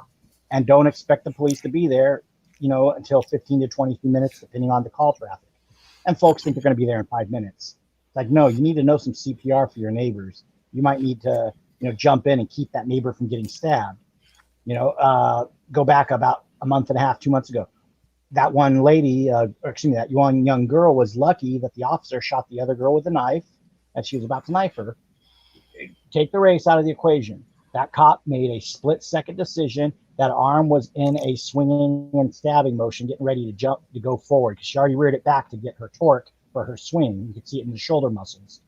And long story short, cop made a bang, bang, no pun intended decision, saved a life. And what did the media do, by the way, speaking of poisoning the well and spinning a narrative? They pause the footage but play the audio of the gunshots. So you don't get to see Yep. that the girl was trying to swing. Hmm. You know, that right there is mind control and a psyop, because they were hoping for more riots yet again. Yep. You know, burn down the Neiman Marcus or the burn down the Nike store. Guess what? They got an insurance claim. They'll make more money on one claim than they'd make for the whole year of shoe sales or clothing sales. You know, Yeah, well, the mom and pop stores get nailed when that stuff happens to them. Oh, of course. And then their You know, insurance bond rating goes up, and they can't afford the insurance to stay in business, and they go out of business. yeah, I completely get the hustle, but that's why we've been telling you guys, if hating the game, good. But if you're hating the players, well, there's a way to be a player and not compromise your values, and that's staying in the common law. You want to go all de facto and try to get rich in the courts, and there are people who want to pull themselves out of being a U.S. citizen and other cringy details. It's like, that's great. You can go that route, but ain't going to be nobody having your back. And then on top of that, if you screw up something in that process in the courts, good luck with the afters. And it's because you're thinking about yourself. You ain't thinking about your country. People always say, "Oh, patriotism is the last refuge of a scoundrel." I'm sorry. I think the guys on D-Day were not thinking that they were scoundrels. yeah, no They kidding. marched coming off of the landing craft, where you literally the first guys out the door of the landing crafts are done. The Germans have the machine guns calibrated in at the water to where the rounds are going to hit whoever's in front. And then if you're lucky, Exactly. maybe if you're about 10 people back or so, maybe the round doesn't go through you, because those rounds on those type of machine guns, the heavy machine guns, yeah, they go through 1, 2, 3, 4, 5, 6, 7, whatever bodies. There were guys getting off those landing crafts that couldn't swim, and the weight of their Alice packs, or back then their backpacks, their rucksacks, pulled them to the bottom of the ocean. They drowned. They didn't even get to fight. They didn't even get shot. They just straight up drowned. My grandfather, who participated in that, he always had a fear of deep water ever since that, because of, it was just one of the elements of that whole situation of going over there and training and the amphibious landings and all that. So again, if you hear people urging you support your nation and patriotism, it's not because we're scoundrels. It's because we know that there is a cost that has to be paid, and we're willing to put in the hours and study and learn, and tell you guys, hey, go over here, study this. Go over here, look up this. Go over there, that's some good knowledge. Don't go there, that's just knowledge that goes in circular logic, and you start over. Oh, that person over there, yeah, they just helped someone go to jail. Don't follow their advice. Yeah, go with the folks who are willing to put in the time and willing to mentor you. Well, I got reinvigorated, and all that took was Scrimshaw being on the panel. Imagine if this panel had more people, I'd be going more rapid fire. Yeah. That's a hint, folks. Come on up. Let's have a conversation. Right there, common sense common law says self-governing is how this country was made. You're absolutely right. As a matter of fact, that's what the assembly is doing. We're retracing our forefathers' footsteps, and we're just doing what they did. Nothing more, nothing less. If I may, I got the token. I got the token sarcasm in the chat there from a disavowed podcast. Yes, Bebo, if you have enough citizens to do a citizen's arrest, you can arrest the smaller group. You have to be tactful and smart about it. I'm not going to arrest one person when 4 of his buddies are going to surround me. I'm not stupid. You have to use your brains. Play the game, but play to win. When the Oath Keepers, who I'm not fans of, when they're standing around with their in Ferguson, they stood around the buildings. They stood around just by being a presence. Nobody messed with them and their buildings they were next to, including with African-American members of the community who were also armed. But you move along and you get the one guy, I forget which riot it was last summer. The guy went outside the front of his store, so he's no longer in his business where his rights are guaranteed, and he's waving a sword around. Okay, I like the idea that, hey, you think you're going to take him on with a sword, you must be Bruce Lee or something, or freaking Miyamoto Musashi. But here's the problem. You left the front door of your business. You put yourself onto the street, which is public property, which then changes the jurisdiction back to being reliant on like the police to protect you. Plus, you're brandishing the sword. So, those who go by the sword die by the sword. He wasn't, trying to start a fight, but he presented himself as a target. That's no different than going up to the barbed wire and saying, "Follow me, man," and then running over and nobody is laying down cover. You have no plan, yada, yada. Before those rushes, you guarantee, the British would have horns, which would signify which type of rush you would do. The drums would signify the movements, things like that. That's why you have the little drummer boy and the guy with the flute and all that, and Old Glory, is because the revolutionary troops, the Continental Army, as well as the British, you use horns, drums, pipes, whatever, to tell your troops what your movements are, what you're doing. When you're charging, the drum picks up, so on and so forth. Now, if you're doing a citizen's arrest, you may not be, using that type of coordination, but you better be sure you have a plan. Like, okay, guys, we're gonna, take shifts. We're gonna make sure at least this guy's watching the front door, this guy's watching the back door, and we'll have someone on the roof watching the streets to see if any sign coming this way or that way. Oh, hey, how about you over at the community church? How about you put up a candle, 1 if by land, 2 if by sea? Oh, guess what? You with a horse, Paul, yeah, Mr. Silversmith. We need you to get on that horse and go to the next town and tell people that the British are coming. You see, that's a plan. That's the same as when you have here in California, we get with our community, we have plans for like when there's an earthquake and stuff, because we never know when San Andreas is going to go hot on us.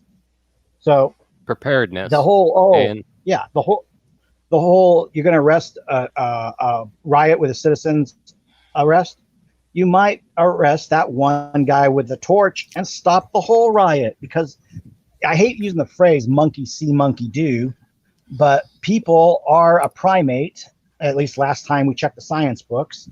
And in those science books, primates tend to copy each other, whether we think we're highbrow and touched by God or lowbrow and dragging our knuckles, at the San Diego Zoo. Either way, animals and humans act in groups a lot of time. It's called crowd psychology. If you can work a crowd by taking out a mouthpiece or the guy with the weapon, the rest of the crowd loses interest real quick. Speaking of real quick, I'd like to welcome Hayden. Hey, Hayden. Hey, Hayden. Hey, how's it going? Yeah, Going great. just a great Friday night So ride. one comment real quick. Yeah,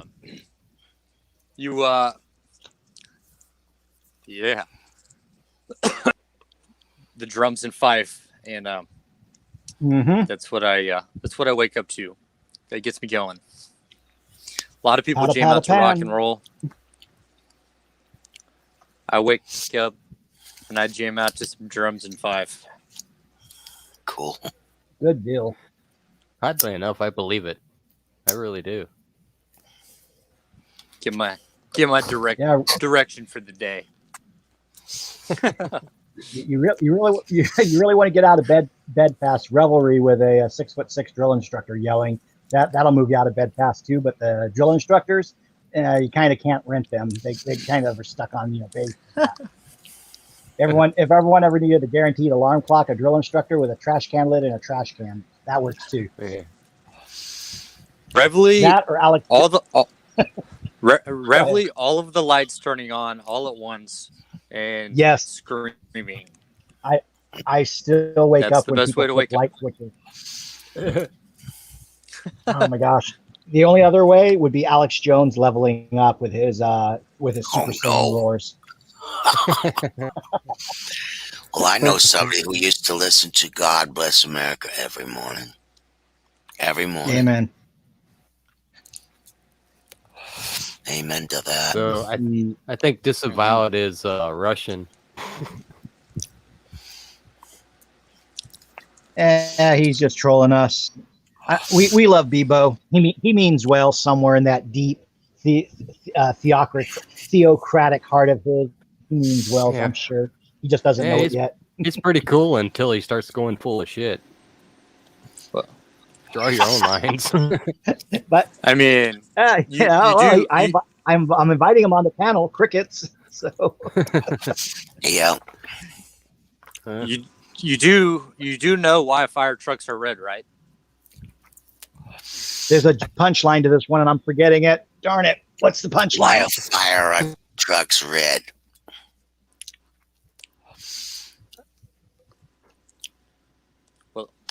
it's a long story from the Three Stooges. I do know it, but the very end of it is Russians are red, and fire trucks are always rushing around, so that's why they're red. Okay. So fire are rushing. I missed that episode. I was too busy watching Curly sing Voices of Spring.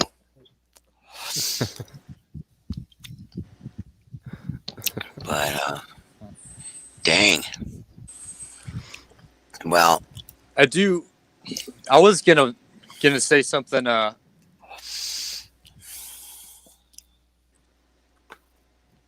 ahead. Excuse me, I didn't mean to speak over you. No, go ahead.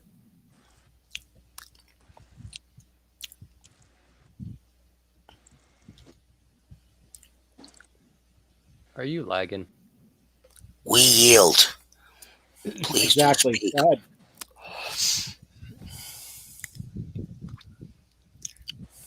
Aiden? I was looking in this book I have. It's got 28 probably.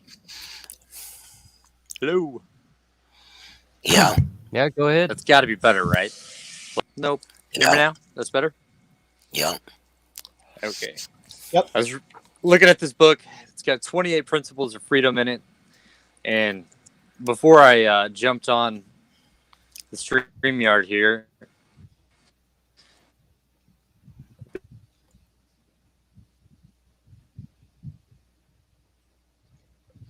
the 22nd principle is a free people should be governed by law and not by the whims of men.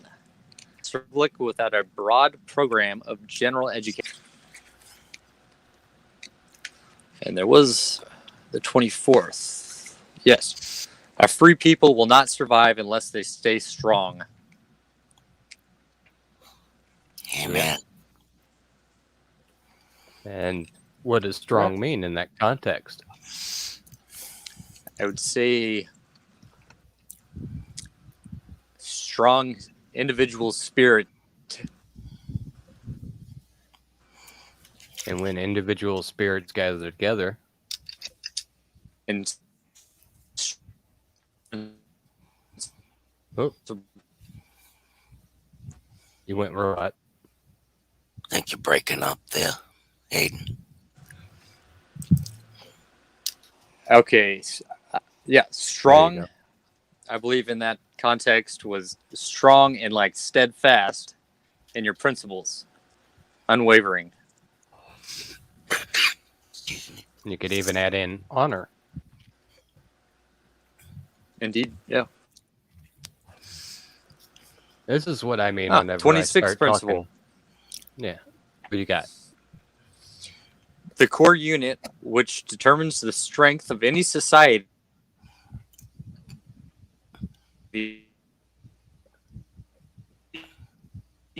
Yeah, robot again. is the family. Okay. Is that any better? Now it is go. It goes in waves. Yeah. Try it again, Hayden. The core unit, which determines the strength of any society, is the family. Therefore, the government should foster and protect its integrity. Amen to that one, too. And there you go. I You got don't another one for us? know about you guys, but good. Oh, seems to be directly targeting.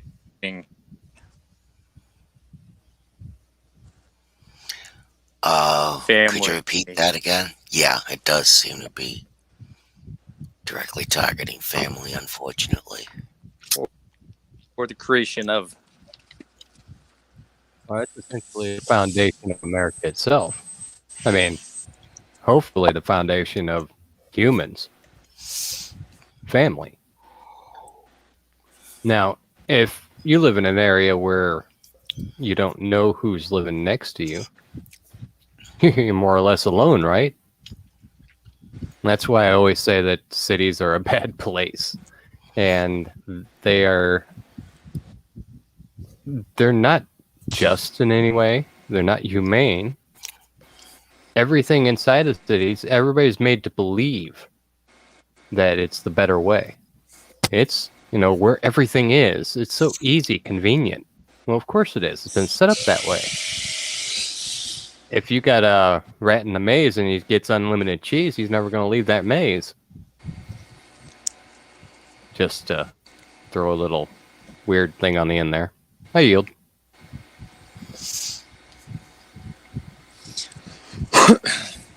Another thing is kind of random. And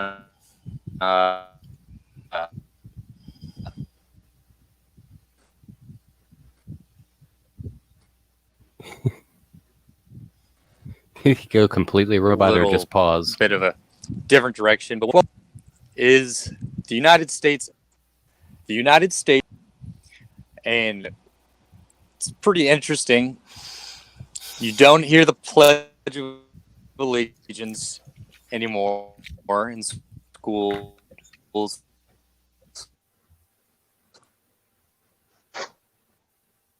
That's true. I remember I did it in elementary school. If I may. A lot Go ahead. of people don't even know it. Aiden, you're fading. If I may. Go ahead. The different de facto civic agencies, when they meet in terms of city councils at City Hall, stuff like that, they're supposed to start with pledges of allegiance. And there have been several times caught on camera where city councils have said, we're going to skip the Pledge of Allegiance. And there's been other times where the citizens are actually there and they speak up, and oh my gosh, those city councils are almost booed out of the room. Yeah.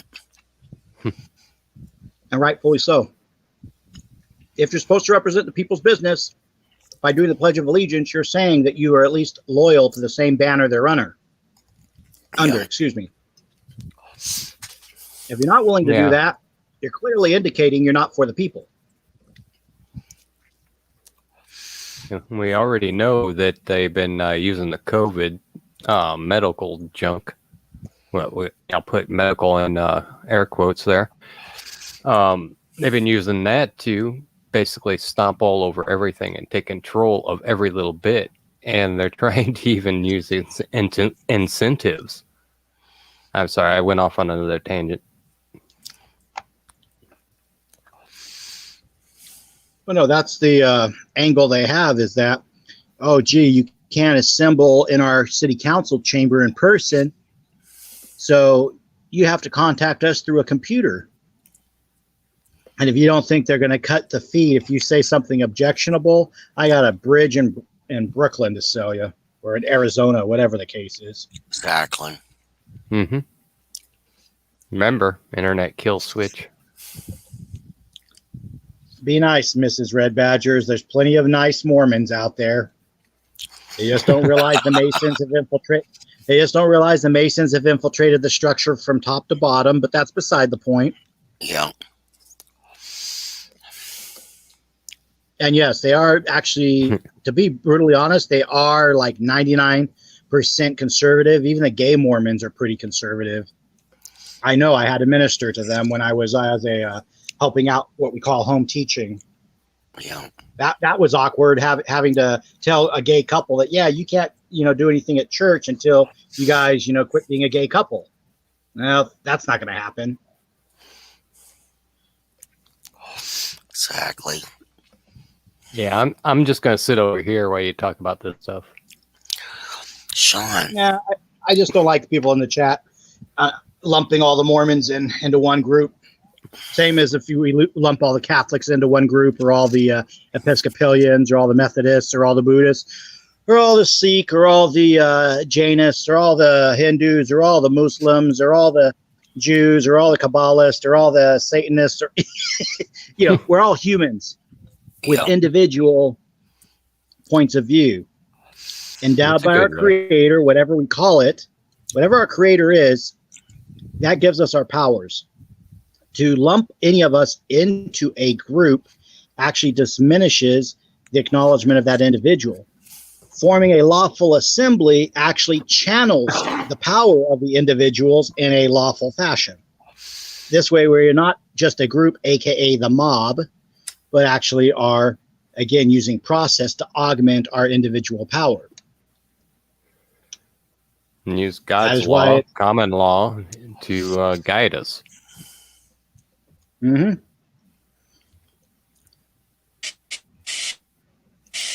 So there- Before they were, if I may, before they were disciples, Mark, May Luke, I? John. If I'm not coming Yeah, in sure, go robotic. ahead. Go You're ahead. still a little bit robot. You're sounding a little bit like a transformer there. Try it again. I am a transformer. No, But while we are on that one subject, second principle listed in this book: a free people cannot survive under a republic constitution unless they remain virtuous and morally strong, aka a lack of and that is why. morals and virtues in our leadership will lead us out of You're correct ideals. on that. Yeah, if I may, you're correct on that. But if you look at the core world religions, most of them do have the same values. And then, they spin off in some divergent directions. Any particular religion that says it's okay to marry a 12-year-old, I might be a little suspicious about, Or in the case of a particular group that live on the Indus River in India, they believe in doing cannibalism. Reza Aslan wanted to join into that for ratings on CNN. Yummy, yummy human brains. Cannibalism, probably not a religious thing to keep. Not all cultures are equal, but for the most part, most religions value their creator, the relationship to whatever the creator is called, and their family structure. That's why the globalists hate that and want to create one religion so they can guide everybody much easier. And so they can have an influence on the ethics and virtues of those people under that type of guidance. Protestantism, Western civilization, religion, is really big and strong on people coming to Christ and having a relationship with Christ as an individual.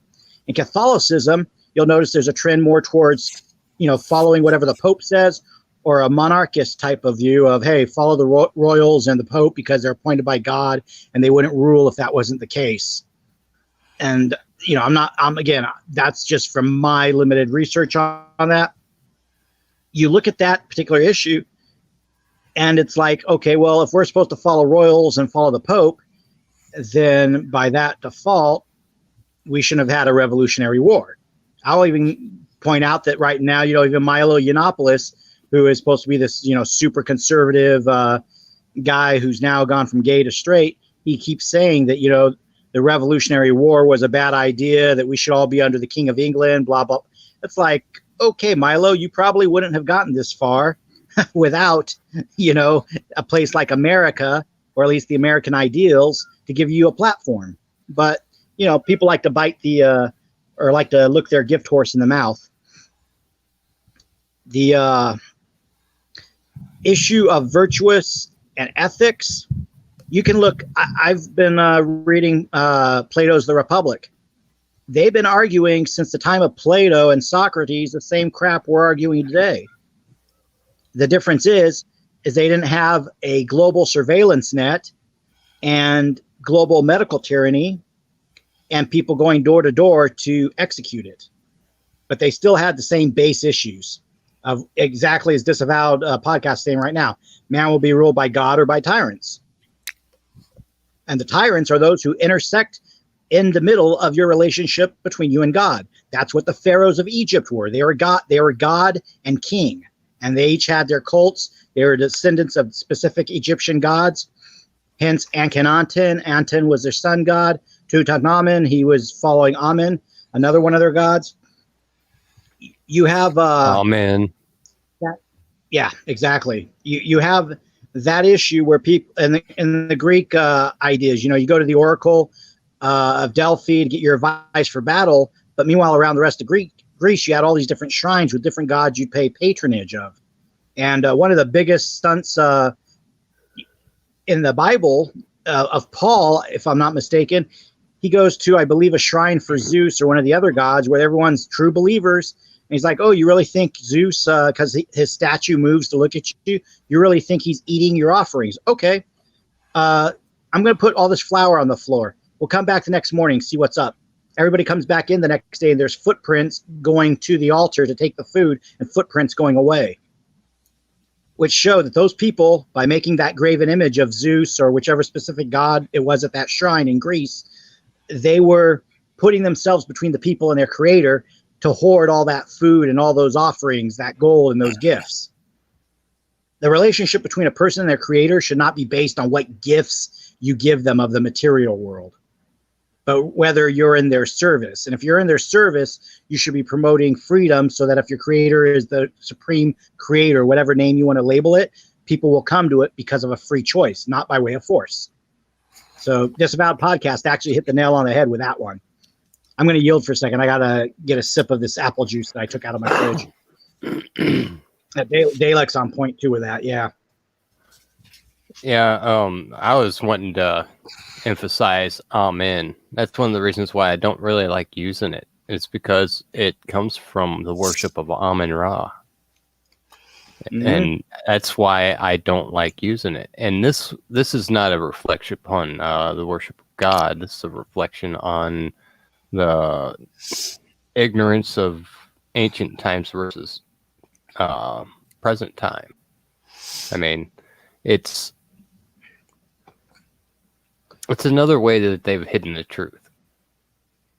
I mean, this plan has been going for a long time, and they've tried it many times. And quite frankly, the way that ancient man was, they were more honor or non-honorable, either or, rather than all the different shades in between. It was just an outlook on life was different than what we have now. And quite frankly, it was more about survival than it was about, first world problems like my phone's not working, so I'm going to have a bad day. It was, am I going to be able to catch enough fish to feed my family and hopefully sell something so I can, buy some different food, for the next day. That type of, day-to-day life. Now, quite frankly, everything we seem to be going through is trivial. And I know we got a lot of important things in our life that are important to us. But the assembly itself trumps all that. No pun intended. Because if we don't get this right, it's Road Warrior time, and that's not going to be pretty for anybody. I'm sorry I had to go into that, but, just got sparked by it. So, anybody else want the floor? If I may, I'll kind of keep rolling with it here. It's interesting, too, Disavowed put the sun god versus the son of God, which kind of relates to what you're referencing, Vex. Like people confuse the whole Mithras cult with Christmas, blah, blah, blah. And there's that stuff going on. You have to understand that the Constitution allows you the process to even question these things, to learn about these things, and to come to a level of comfort where, hey, you know enough about the Bible or you don't, or this or this. Remember, King James, a predecessor to King George, had the Bible made the way he wanted, hence why the Geneva Bible was outlawed, is because, King James was manipulating the source material just as much as the Pope had been doing. So when people are going through and saying, well, which version of the Bible, they're right to raise that question. It is then on them, just like when we talk about the assemblies, it is then on them to do their homework, their research, look up the original Greek and Latin, look up the Hebrew, cross-reference, cross-check it. Again, law of grammar, law of common sense, God's law, or nature's God's law, however you want to look at it. You must know what you're talking about before you can say, oh, I'm cool with that. If you want to be cool with a big, vague question mark, you can do that too. But that's the lazy approach. And that's kind of been, again, what we see with Patriots. Oh, yeah, I'm cool. Whatever happens, I got my AR-15. Okay, cool. So you're telling me if they shut off the air vent to your little bug out, your family has enough oxygen to last for 4 days? Oh, well, it's just a bug out for one person. Yeah. But there's 4 members of your family in there. It's not going to last you for 4 days. Clearly, it was meant to last you for 1 day. And by the way, because there's 4 members of the family, it's actually dividing that air by 4. You only got enough air in that room to last you for 6 hours. You see, that's, when people say something's going to hit the fan, they don't know which way the splatter is going to go. The CDC years ago helped Stephen King write The Stand. I'm not a fan of Stephen King, but in that book, there are so many characters. It's like Game of Thrones before Game of Thrones. You don't know who's going to die when you start the book. By the end, you're like, oh, I thought that character would have made it, but nope. There are characters who are introduced just for the sake that they die in the book. That's the process. They start their little process in the book. They're walking along, and they wind up falling dead, or they get hit by a car or whatever. And that's because the CDC was making a point when they were helping Stephen King write this, that you don't know which way, with an outbreak of a virus, how it's going to affect things and the incidental things it'll affect, such as, say, you got a pilot of an airplane having a coughing fit and the plane crashes and wipes out everybody on the plane. And then one of the firemen, maybe he has I'm elaborating here, maybe he has an accident while they're trying to put the flames out of the fire, and you lose that fireman. Now the wife of the fireman's depressed. She kills herself. And then moving on from that, the kids now have no caretaker. They're out in the street having to fight the roaming gangs of villains. And by the way, the fireman airplane analogy was not in the book. I'm using it as an example to illustrate what Stephen King was writing in his book. You guys don't want that. You don't want the road warrior scenario, as Vex has put it, because it will be that situation of a splatter effect from the fan, and you don't know where it's going to land. Now, you might survive better. Oh, go ahead, Vex. I was just going to say, if it goes that route, then quite frankly, everything is off the table, or on the table. I mean, everything as in people with strange people with missing nukes are going to pop up somewhere and get rid of a bunch of stuff all at once and leave a big crater, that type of thing. Being invaded by sea, by air, all that stuff, all at once. Go ahead, please. Well, kind of looked at the comment and lost a little bit of my train of thought there in the back and forth. But the issue is, and the comments made this thing, you can't wait for another man to save you, but as a community can save itself. Yes. Now, if you're worried about your salvation, yeah, there will be someone who can save your soul. Again, whatever your faith is, whatever Messiah or deity you worship, great. That's your soul. That's your spirit, your life spark. But your actual cadaver, if you want to go on and have kids and get to meet your grandkids, if you want to go on and maybe have a legacy, or there's a few adventures in life you haven't lived or things you want to accomplish, well, hey, it might behoove you to do things to get those goals coming. And that's something, as a culture, Western society is also losing. We used to set goals. If you've seen the movie Interstellar, the lead character mourns that, we used to look for our place in the stars, and now we're looking down for our place in the dirt. That's because everyone's looking down at their cell phones. We're not looking up at the stars anymore and saying, hey, let's go interstellar and colonize space. We used to have goals. Great picture of Trump, by the way. I don't know who that's meant for, but No, I just throw it up there. I'm not pointing it at anybody whatsoever. Want to make that known. well, let's look at it this way. Where would he be if he didn't have goals? Hey, Rebel Jack. Rebel Jack in the house. But who or what would we be as a people if the founders didn't have goals for us? The Revolutionary War ended. They came together. They had their Articles of Confederation. It didn't work. They're like, you know what? We still need to stay together as a country. Let's now have a constitutional convention. That worked. Worked for a while. War of 1812. And afterwards, stuff started going south. But at that point in history, the founders had goals, and one of the goals was to pass the nation and a legacy on to us. So do we have the goals of preserving that legacy? Do we have the goals of strengthening it? You know, I've told a lot of you guys, the Marine Corps has replaced artillery and tanks and is looking at amphibious landing craft. The only place that's really practical is the Pacific. The Philippines used to be one of our territories, but it's really darn close to those lanes that China wants to control for trade. I, for one, don't want to see our young men and women, especially because they're being turned into soy boys and soy girls, doing island hopping campaign, because it's not going to go well. Nope. But are we as a nation strong enough that if we did have to have a war, barring nukes, of course, could we win a land war? Could we win a war of navies or air force? We couldn't even wipe out the Taliban.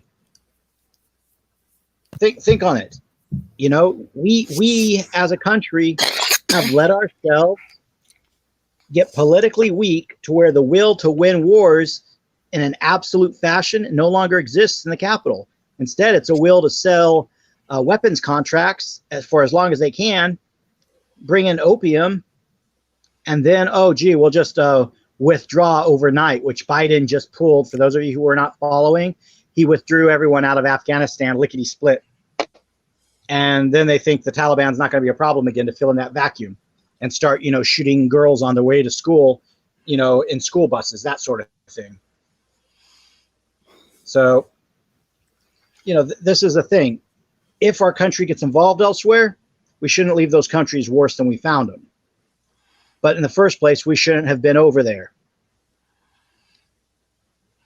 These congressmen are not going, I'll wrap up here in a second, Scrimshaw. These congressmen are not listening to us, and so they keep sending us back over there, wherever the theater is.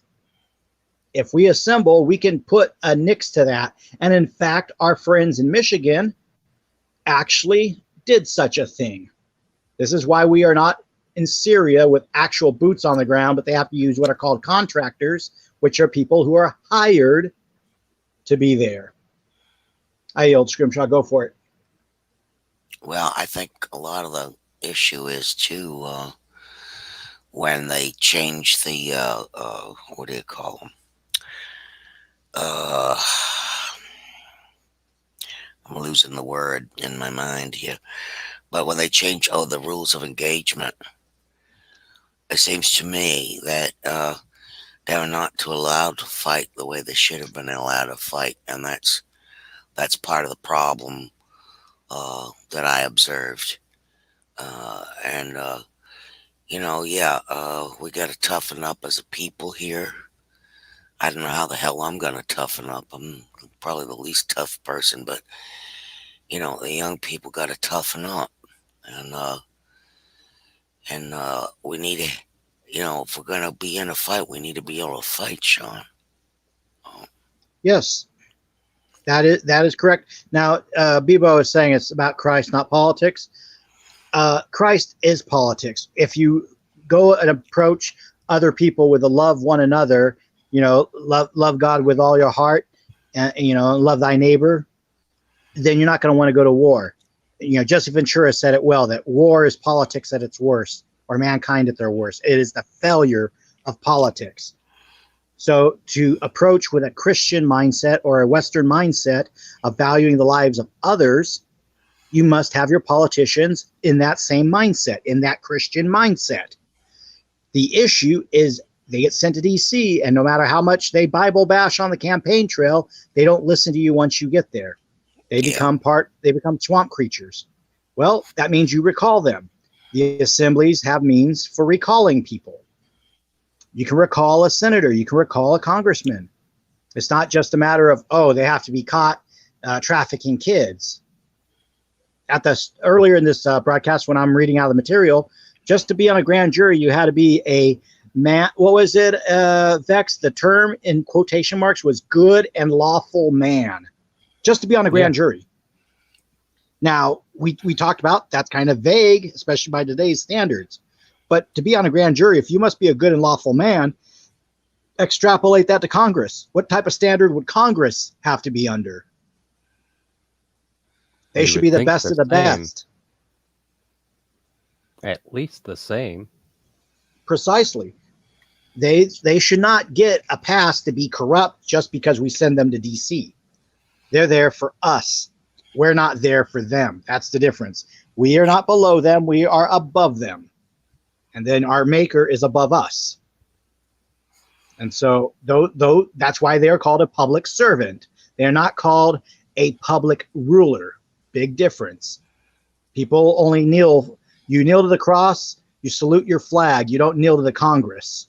And you don't kneel for some social movement in a Masonic ritual, but that's a reference for another day. In fact, we already did an episode on that one. Right. Now, that's something there. Bebo is saying no man is good or lawful. See, this is why I want him on the panel, is because he's able to go rapid fire on these thoughts. He's obviously never played Dungeons and Dragons, where you have lawful evil and lawful good. You can follow the law for corrupt motives or for good motives. The heart of man, see, that's very cynical. No man is good.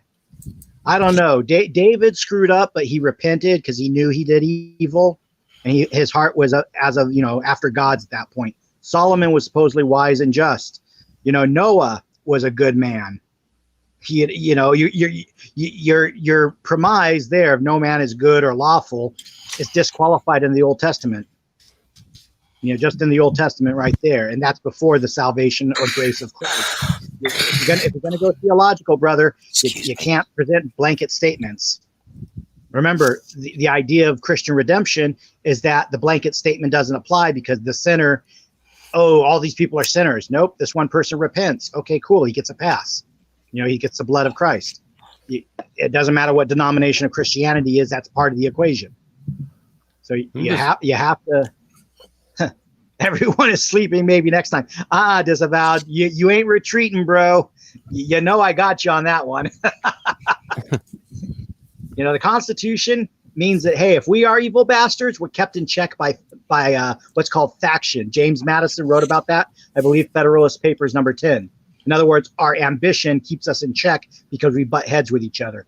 If we're good people, then these laws keep us from doing things that are misguided because we think we're doing good, but maybe it will bring about harm because there'll be someone else to add a second opinion. This country is the pinnacle of political idea and thought. And that assembly that we speak of so fondly is an extension of the ecclesiastical body. Damn, am I red pilling this guy too fast? Vex, should I take it easy here? I don't know. Pseudo. No, Pseudo, I don't shut up when I'm on a bang energy drink kick. No, his nickname was Machine Gun Sean because he would always rapid fire information out. Now, you may not agree with everything that's said, but he's got good information.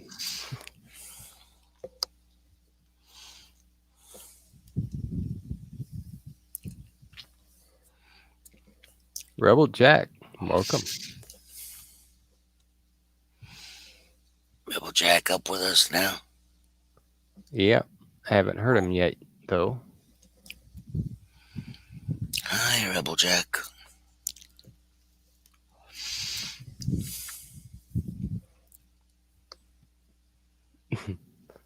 I hear nothing. I hear nothing.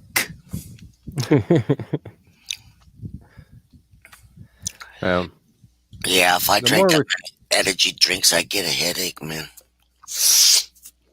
yeah, I can't do those.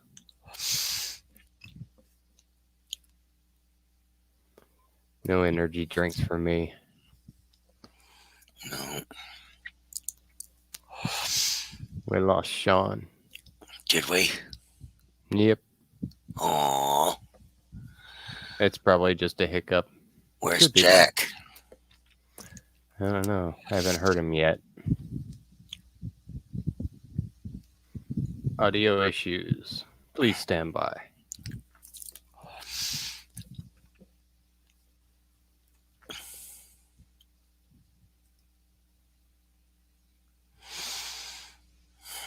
Am I all alone? No, I'm here. Okay. Sorry, I was checking to make sure everything was smooth on my end. As far as I can tell, Hayden, you got voice and sound?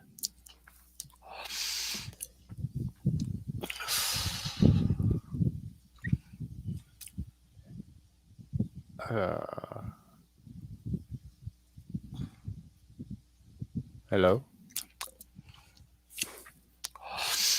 I don't know what happened to Hayden. Okay.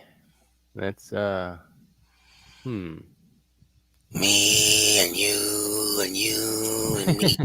Just tea for two and two for tea. Oh, that's a good idea. I want tea now. Oh, jeez. Yeah, Oh, well, God. I like tea. Well, Yeah, guys, you want to jump out and jump back in to refresh? that might be helpful. Can you all hear me, Ms. Red Badger? As far as I can tell, me and you are able to be heard. Okay.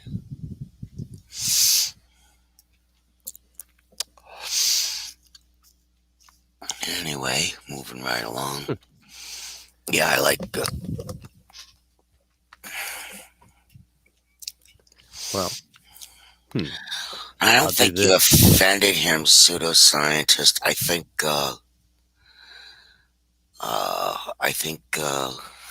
Is he the computer messed up or something? Thanks. Yeah, it's most Ms. likely a connection. Yeah, we Yep. got Hayden back. Let's see how his sound is. Oh, I see the flag. Oh, she's beautiful, ain't she? Yeah, that's nice. I still haven't got one. I haven't had the money to actually spend on it. Pisses Can me you hear me off. now? Yes, I can hear you. My bubble was moving, but nobody could hear me, so whatever. I haven't seen your flag. All I can see is the law of the land. Do I get to see the flag? And Sean is back. Hey, Shawnee. Yeah, I guess it's kind of a weird thing that I put this up there. It says a chess match between a mind reader and someone who can see into the future would glitch the matrix. I guess we glitched the matrix. At least the sound matrix. Yep. Okay, where did we leave off? How's my audio, Vex? I can hear you 5x5. A little windy. Yeah, I'm using the fan to cool the phone down. I overheated my barrels on the machine gun. Oh, wow. See, I was spitting fire. I was spitting fire so hot it was melting the barrels. You know. So Yeah, I can see that happening. I got. Yeah, I got the battery pack attached, but I got to keep a fan on it. I literally had to pull the battery of the phone out because it was hot to the touch, and put it in front of the fan and let it air down. Doing the same thing for the screen right now. So at least as long as I can kind of be heard, I guess that's okay. Right on. Yeah, we got you. Yeah. Yeah, it looks like we got Rebel Jack and Hayden both on news now. So, welcome everyone. Oh, awesome.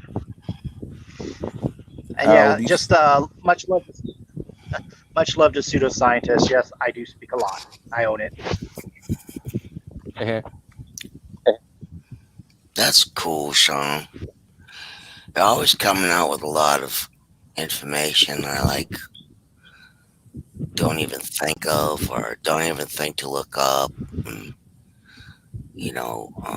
I never think to go to the Jefferson Manual. I got to get off my butt and look at it. I believe we have a link in Discord Uh, to it. Yeah. Well, Rebel Jack or Vex, do you want to take pseudoscientist's comment or scrimshaw? This way I give the vocal cords a rest for a second. Pseudo is asking, where is the proof of common law defeating the statute law, et cetera, et cetera? What Well, are the examples? in the assembly, the national-assembly.net, there's been several things that have occurred. Especially the thing that Sean was talking about. I can't tell you the exact verbiage of it, but we got former President Obama to not go into the Syrian war, which was good. Not to put boots on the ground. Not to put boots on the ground, and we've had we've had made contact, have the I believe it's the Act of 1861 be nullified. Is that correct? 1871. 1871. Thank you. Thank you for correcting me. I got a brain like a Problem. sieve. Yeah, which that's known as the Organic Act of 1871. For those of you who don't know. yeah, and that's taking the de facto government out of control now, are nullifying it, and does a lot of things. So probably too much for me to quote, but if you came in and you in assembly and you read those things, I think you'd find it very interesting. There's a lot of history there, and so those are the two biggest things that I recall. Yeah. May I? Please go ahead. One of the oldest examples I can find of common law is in the Bible. And it still to this day makes so much sense that one might even go as far as calling it common sense.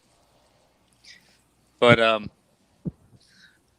I read this quite often. It's Matthew 27:11, and it says, "And Jesus stood before the governor, Pontius Pilate, and the governor asked him, saying, Art thou that king of the Jews? Jesus said unto him, Thou sayest it." And what was the result of the answer as far as the presumptive judicial authority was concerned? When Pilate saw that he had unveiled nothing but more tumult was made, he took water and washed his hands before the multitudes, saying, I am innocent of the blood of this man, and ye can look unto it. It takes a little bit of dissecting at first glance, but essentially what Pontius Pilate had done was sat there and called Jesus the King of the Jews. All Jesus said was, yeah, you just called me the King of the Jews. So, sure, I go by that sometimes because some people call me that. That is common law. That is common sense. It's easy. It's simple. It's just modern day life is so complicated and over examined, and our brains are so overwhelmed with incoming information that we tend to overlook the simplicities that make so much sense. And that's just one example of common law I like to point out. Well, de facto law, there's just so many laws, and they make laws on top of laws on top of laws, and pretty much negate themselves. And we don't need any law but the common law. The common law is very simple and direct, and much easier to discern. And they want to make it so complicated that if you sneeze, you break a law. And that's what's going on in this de facto law. It's to the point of ridiculous. So, I really feel that it would be beneficial for everybody to switch over to the common law. And frankly, the only really way we could do this is to go through the assembly.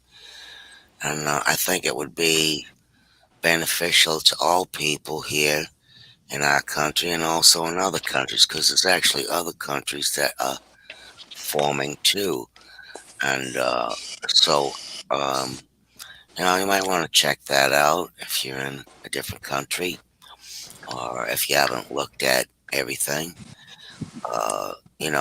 There's a lot of knowledge that you have to learn, and Sean StRyeR is our walking encyclopedia, and I love that about him. And I really do, because you got a mind that remembers everything that I forget. So, thank you. And that's where I'm at. But we've had some accomplishments which are wonderful, and people have formed some of their states. And I think this is a really good thing for the country. Absolutely. Yeah. May I? Go ahead. Go ahead. If I may? Yeah. May I? Sean Riverside? I yield. Getting a Go little ahead. more formal there. Thank you, Scrimshaw. Thanks for the compliment, by the way. The more I'm learning and the more I realize I don't know, though. Now, Hayden has used this example before.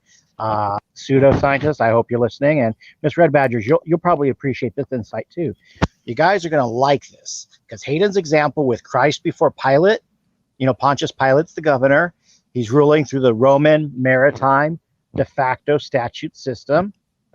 And Jesus is representing the common law, law of man and the law of God. Remember, he says, render unto Caesar what is Caesar's, i.e., render the money, the fines, the taxes to them, but don't give your soul to them, i.e., don't kneel before Caesar, which later was why the Romans were purging the Christians, is because they wouldn't acknowledge Caesar as a god. In other words, don't blend the two worlds. Great advice. Yeah.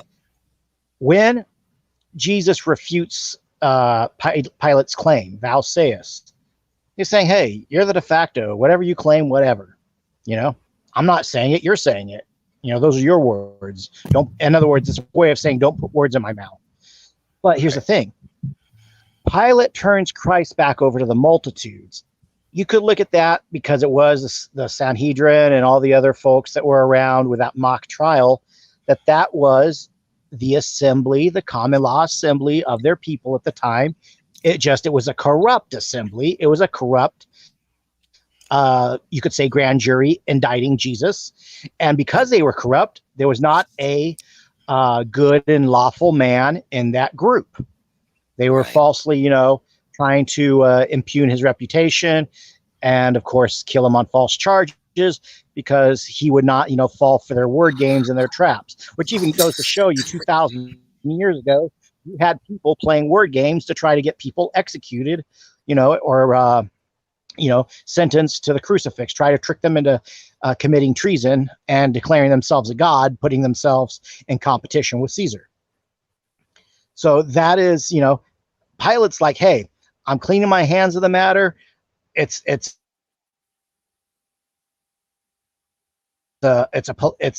not a or do anything politically. I'm washing my hands. You guys are the local people. It's up to you.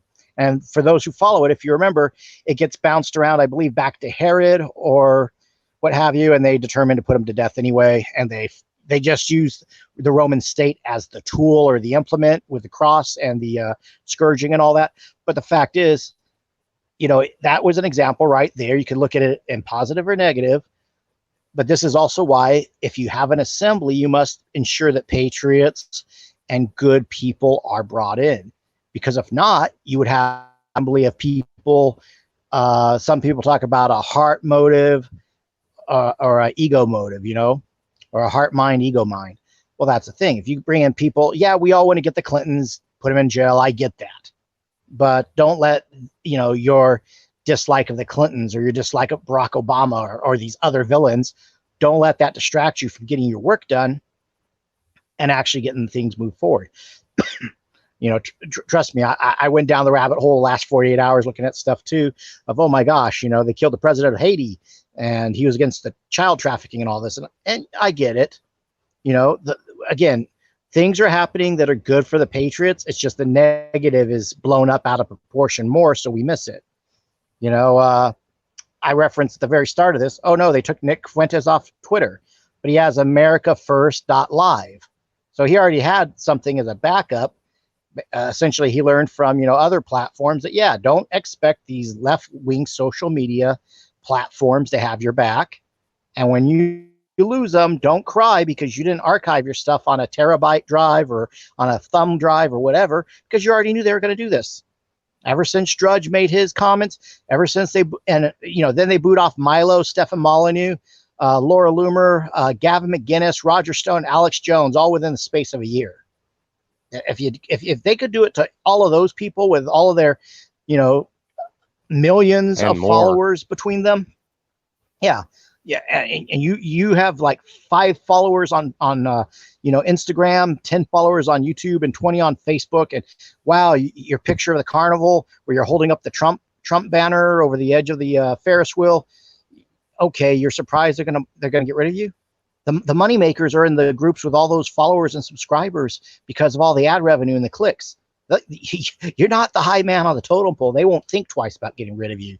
All someone has to do is flag your account for fake news, which is now a category, or for harassment, which is a category, or for bullying, or now not just fake news. It's false medical information or whatever. You can actually list that as a charge on YouTube. So they created all these things that can take you out. It is really better to have YouTube as your, or Facebook or Twitter, whatever, as your like kind of a throwaway site. Sticks Hexenhammer, love him or hate him. I actually think the kid's pretty cool. He's sometimes factually inaccurate because he's younger, and of course he's in a podcast. He's not, really fact checking himself as he goes along. Sticks will do exclusive content for Library Odyssey. And then he has he'll do 2 videos there and 2 videos on YouTube. And then the ones that are on YouTube, he also posts them up to Library Odyssey. And he has his other platforms and stuff. Now, here's a kid. He's brighter about stuff going on in our country. And he moved over to Denmark. He's an American living in Denmark with his wife. And he's brighter about what's going on here sometimes than we are. And he even has been getting hints that, the people have got to get together and things. It's like if this kid's living abroad and he's getting it, that the American people have to get up and do things because, complaining about it and getting pacified by watching it on TV isn't doing nothing for them. If he's getting it and he lives in Denmark, if the news is seeping in over to there, what's our excuse? We're here on the front line of it. Are we all just too busy ducking? Nah, stand up smartly. Get together with the people in your community.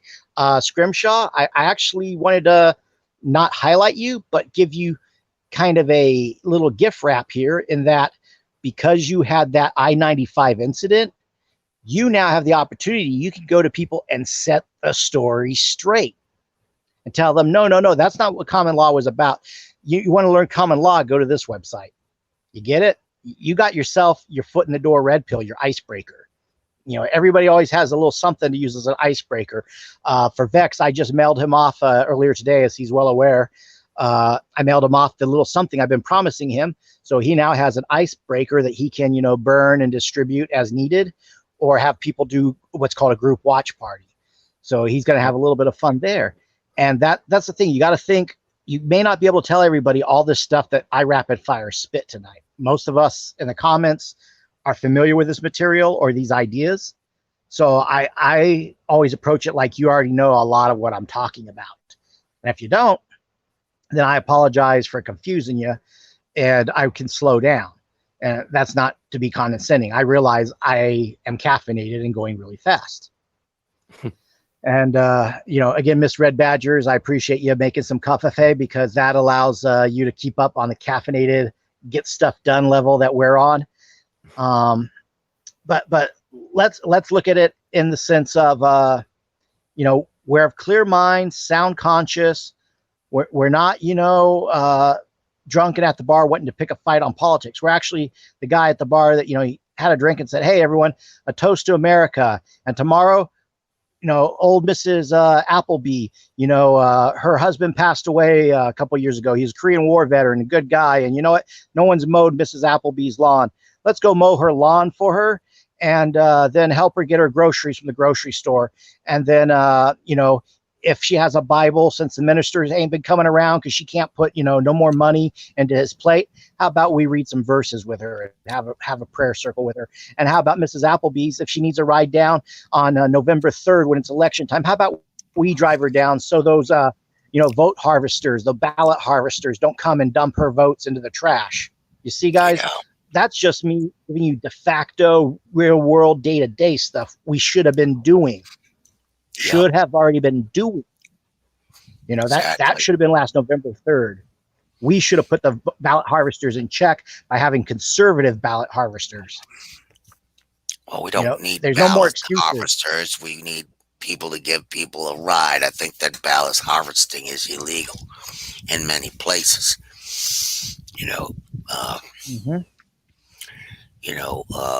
I think if we give people a ride to help them get to the polls or whatever, that would be better. Well, yeah, you'll have plenty of volunteers. Democrats been doing it for years. Mm-hmm. Sure. Scrum Sherry, correct? I'm just bouncing off something here. I'll yield in a second, Hayden. I'm going to bounce off here. This comment real quick is when Styx Hexenhammer was born, I was already a backyard wrestler. So I'm kind of dating myself there, but it's like, to me, he's a kid. He'll always be a kid, but he's a kid. I love him. He's an American patriot. He just is living abroad. And so, that's the thing. I love patriots of all walks of life, whether you like Styx or you like Motley Crue. Go ahead, Hayden. Well, oh man.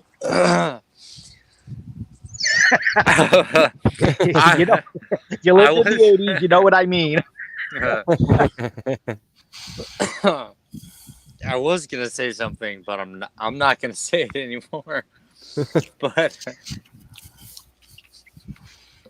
I'm trying to think of something else intelligent to say, and Sean, you threw me off track. Well, it's the old South Park bit. The band Styx had that one hit, "Come Sail Away," whereas Motley Crue had like a hit every other year. So,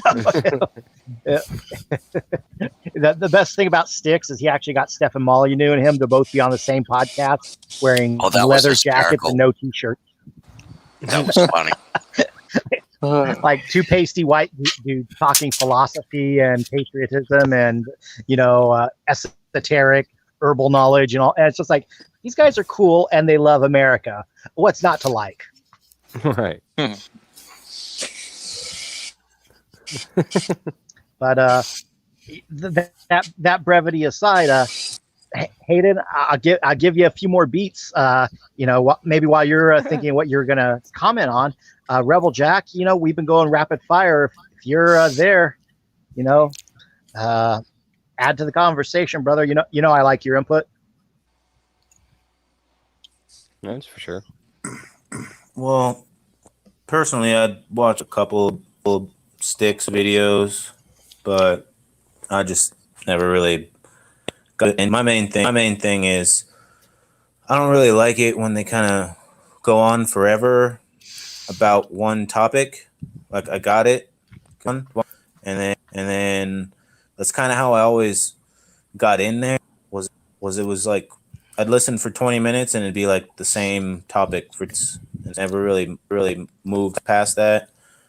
That's why I kind of like these panels because it doesn't stay on topic very long. It goes to some other shit like right. So other than that, I'm I kind can't of tell if I can't tell if that's a beyond. good or a bad thing.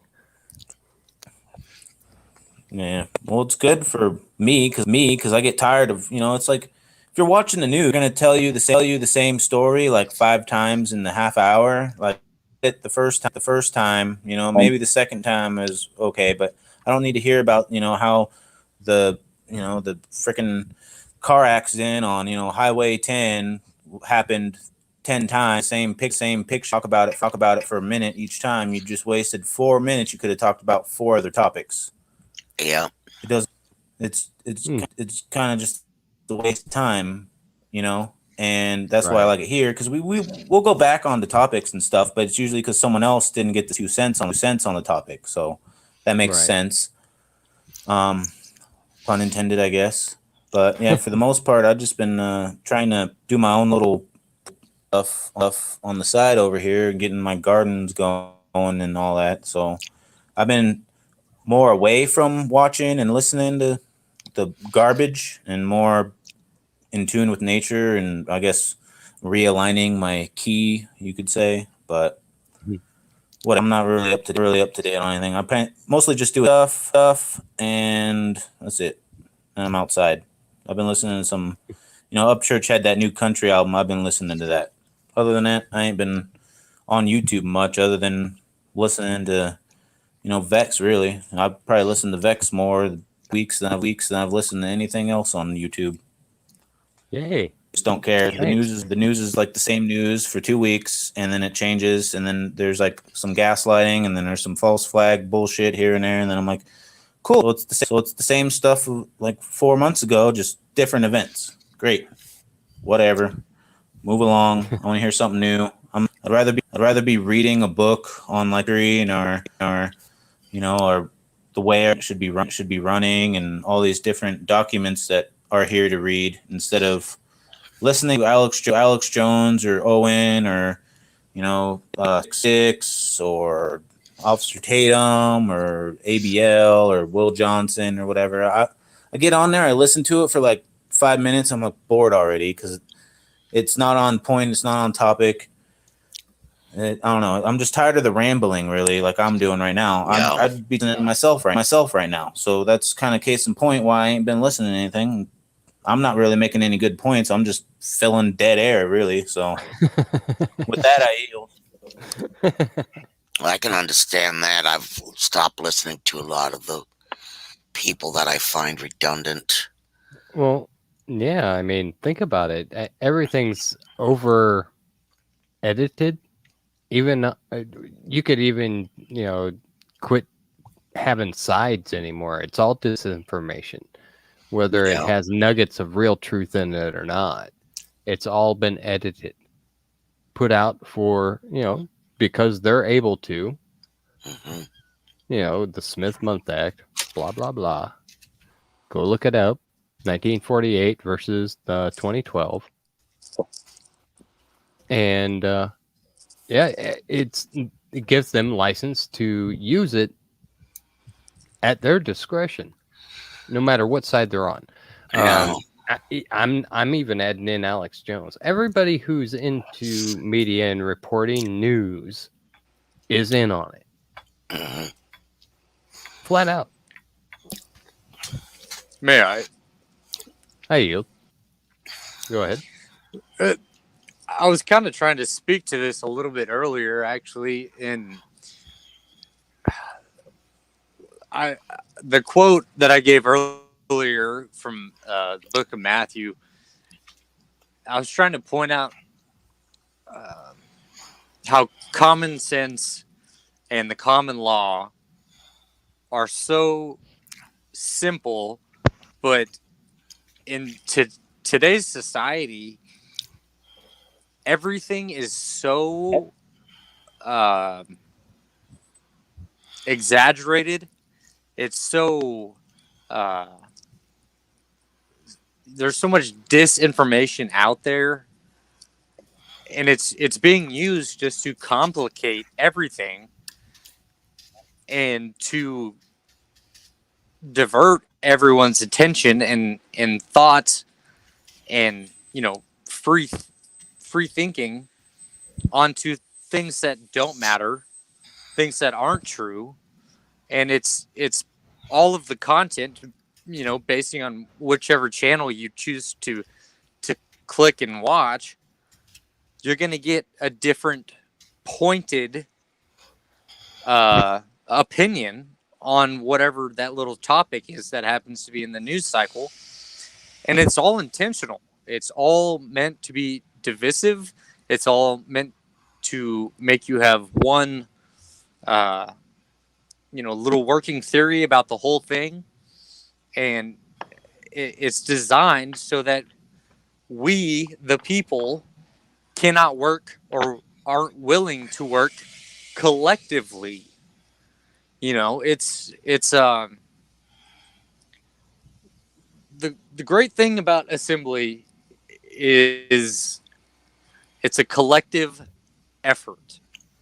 And when you have the masses and the multitudes speaking on one thing with one purpose, trying to do one thing at a time, you get a massive, undisputable effect, and it works. It's like a drop in the ocean. It will make a tiny ripple. But an earthquake in the middle of the ocean can cause a tsunami. You get one little molecule of water that causes a tiny ripple, or you get a multitude of molecules of water and cause a giant tidal wave and have huge effect and difference. And that's the beauty behind assembly, is because when you put everyone together collectively, you get the end result.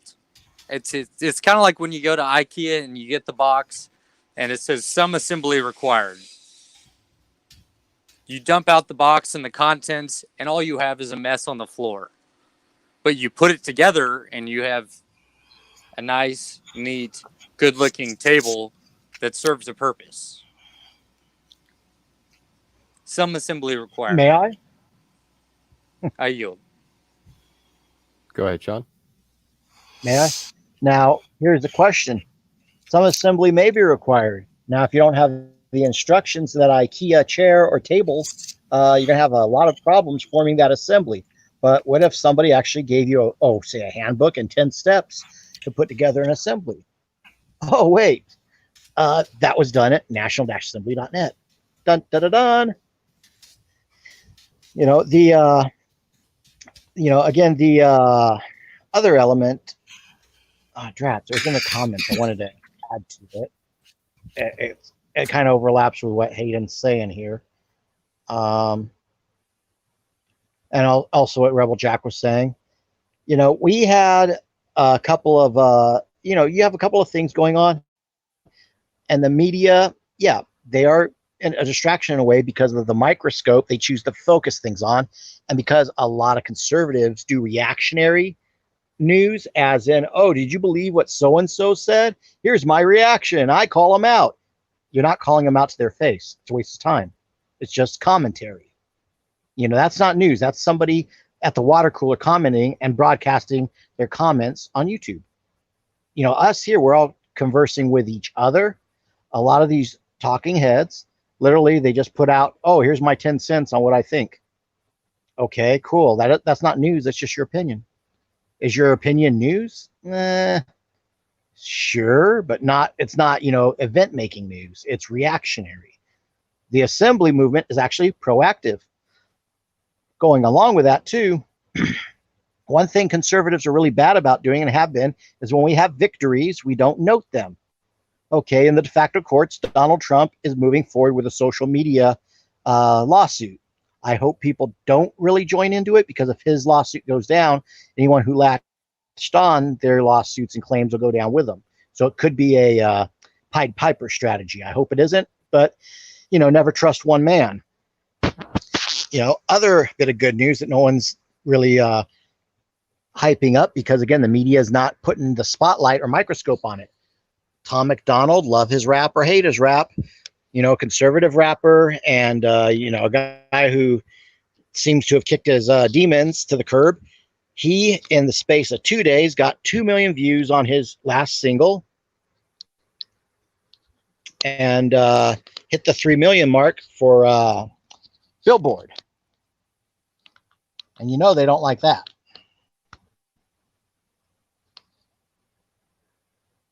Not really my area of expertise, current music. Well, the thing is, imagine if you had a patriot who could rap like Slim Shady, and basically it's pissing off all the liberals that he's so successful. Yeah. I understand now, imagine generally about it, but imagine that he is killing it number-wise consistently, to where they kept having to re-release remixes of one song to chart above his song on the Billboard Hot 100, because they do not want to admit that a patriot and a conservative, mind you, a conservative from Canada who loves being an American, or being here in the States now, they don't want him. It's just like removing people off platforms. He's playing in their backyard and scaring them so bad they keep having to publicly change their game just to keep them from getting that number one spot. They're so afraid of him. That's a victory. Right. It's a ethical and moral victory. And when he does break through and they have no choice but to give him that number one, that's going to be a game-changing victory in that genre of entertainment. The Britney Spears stuff, that's waking people up to self-governance. Okay, she's in a conservatorship where the people around her are treating her like a thing, that she does not have a right to her money, her labor. She does not have a right to have children. So that's waking up a bunch of liberals and millennials who are fans of hers to, how a human's rights can be abused. Because I guarantee you the next thing that'll come up is, well, does Britney Spears have to get the vax? Someone's going to throw that one out there. Or if she wants to see her kids with Kevin Federline, she better get her vax. Oh, wait, but isn't she supposed to be able to decide, for herself? You see, we can take these little things, use them as icebreakers, help win people over to our cause, because a lot of people actually are conservatives. They just don't know it yet. Yeah. They've been told they're liberals because they go to a school and they say, oh, no, that's a liberal idea. Really? Mm-hmm. Consideration for someone else? Oh, you mean the golden rule? That's kind of a Christian conservative idea. In fact, before Christ came along, all the ancient religions were kind of like, hey, do whatever you want and worship this God because he's the strongest. Christ comes along and says, do unto others as I would do unto you. He comes along and says, hey, be considerate. Mm-hmm. You have stuff like King Hammurabi's Code and a few other things, which were basically just be nice to the poor. But they weren't really specific about making it a one-to-one message of, hey, be considerate to your fellow man and treat others the way you want to be treated. That was probably one of the biggest revolutions in Western thinking that ever happened. And that is through, the Christian template. So this liberal idea of, be tolerant, love everyone. Hello, that was Christ. That was, you're co-opting something you claim you hate, which of course makes sense. It's an invasion. Did you want the floor, Scrimshaw? May I? I'm sorry, Sean. I keep interrupting. I yield. I'm actually reading the comments to see if there's anything for us to touch off of. Some of the stuff is things I'm not familiar with. I just caught up. Bergman. stuff. Go ahead, Scrimshaw. I'm just reading. I just wanted to say, I mean, speaking of rap, have you seen Ion Oki's latest? He took one of his songs and made a video of it, and it was amazing. I watched it about 10 times. Hmm. Just, some really amazing stuff. You guys might like it. It's, I don't know, kind of graphic in a way, but I think you might enjoy it. So check it out. He just made a video of one of his recent, well, he published a song a while ago, but he made a really decent video. Go ahead and do me a favor and type that in the chat for him. Ion Okies. Yeah. I'll see if I can find it. I'll be back. Right on. If I may, as long as it's not about the goat with the big smiley teeth. No. I'd rather make jokes about that mask, that icon, or that avatar than rap about it. The AOC teeth. Right.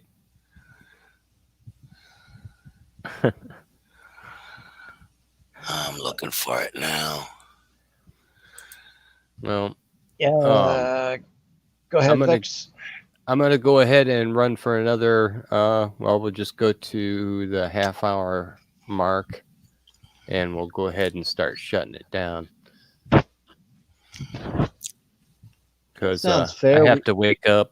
I have to wake up and go do stuff tomorrow. If I may. Go ahead. Go ahead, Reverend Jack. Did you give an update? I missed the early part. Did you give an update on your court shit? Yeah, Vex? I woke up early and all, and went into court and got into an argument with the 3 security guys and called them Nazis and stuff. But but found out that they went and changed the date, so I have to go back. Oh. So I did it for nothing. No way. They're funding games? Yeah. May I, Vex? Go ahead.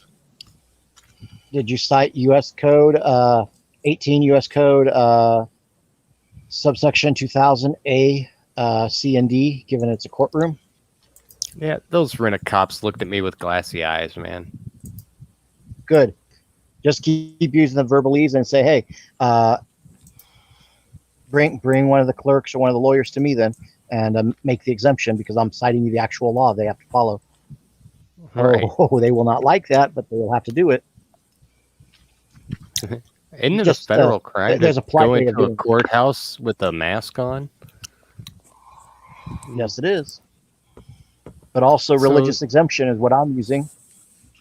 Well, I told them that I had surgery on my lungs and I prefer to, actually breathe. Oh, yes, disability They medical didn't care. exemption. There you go. They didn't care. They were all for just making me Oh, not that's where you able to gotta come in. Oh, that's where you ask to speak to their supervisor manager, take them off to the side and be like, look, here's the facts. Here's what's going to happen.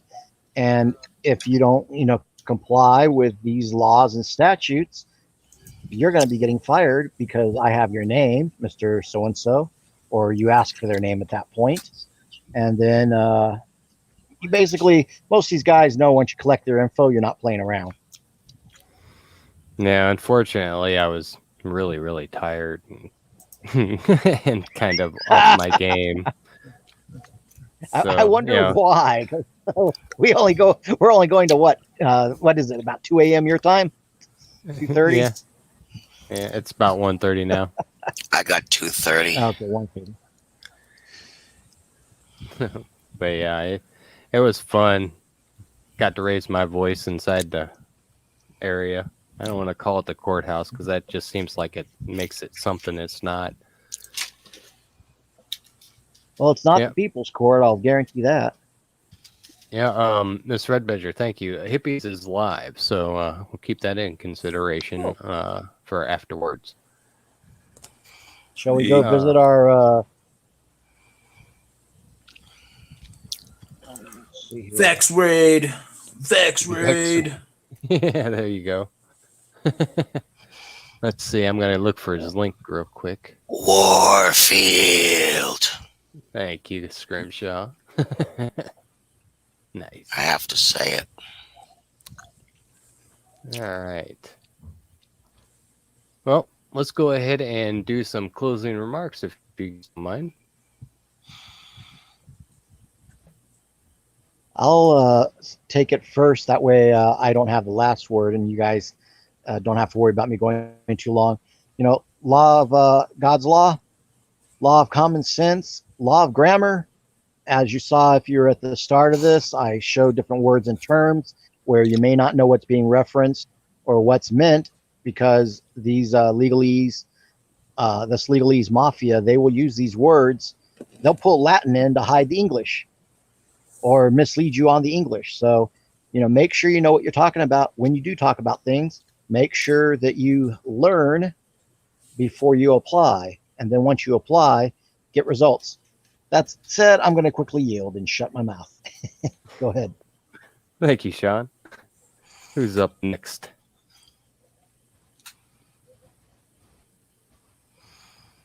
I don't know. I guess I'll go. Right on. Yeah. Just because the cops don't know all the rights that you have doesn't mean you should void adhering to your rights. Nonetheless, knowing of your rights is beneficial in the long run, and the more you can quote codes and statutes to them, the more stupid they feel, which will make them more angry or pissed off and come down on you harder. But you know, they're going to do that anyways if they don't like you. So you might as well spit some truth in their face before you get dragged to the courtroom. Once you're in the courtroom, don't enter the courtroom. Just tell the judge, I don't plea. I have no plea. And I don't know, just don't be an asshole unless you have to be to the cops. I mean, to other people who really care.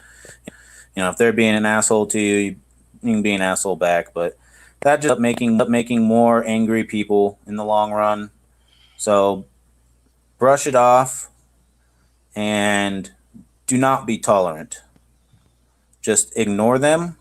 And if they try and come towards you more with their pedo bullshit, call them on it and show them what's up. I'm not gonna do any further of how I would deal with the situation, but I'm pretty sure everybody knows how the situation should be dealt with based on how the situations used to be dealt with about 50 years ago, you know? And yeah, fuck commies. Well said. Well, that was interesting. Hi, Four Corners. Peace out, Ms. Red. I guess I'll talk. Well, I don't think I want to act like an asshole at all. If an officer, I'll respectfully quote what I'm able to quote, and I don't want to give anybody a hard time, and hopefully they won't give me a hard time. I don't want to be manhandled. I don't want to be disrespectful. I just want to handle things in a peaceful manner. And I think if you go in and you got people getting all negative and getting all bad vibes, it's going to bring bad vibes. So, I mean, I know sometimes they're rougher with guys and stuff, but I really would like it if people could handle things in a peaceful manner. And so that's why we have all these U.S. codes and stuff and common law. And so that's what I think we should do.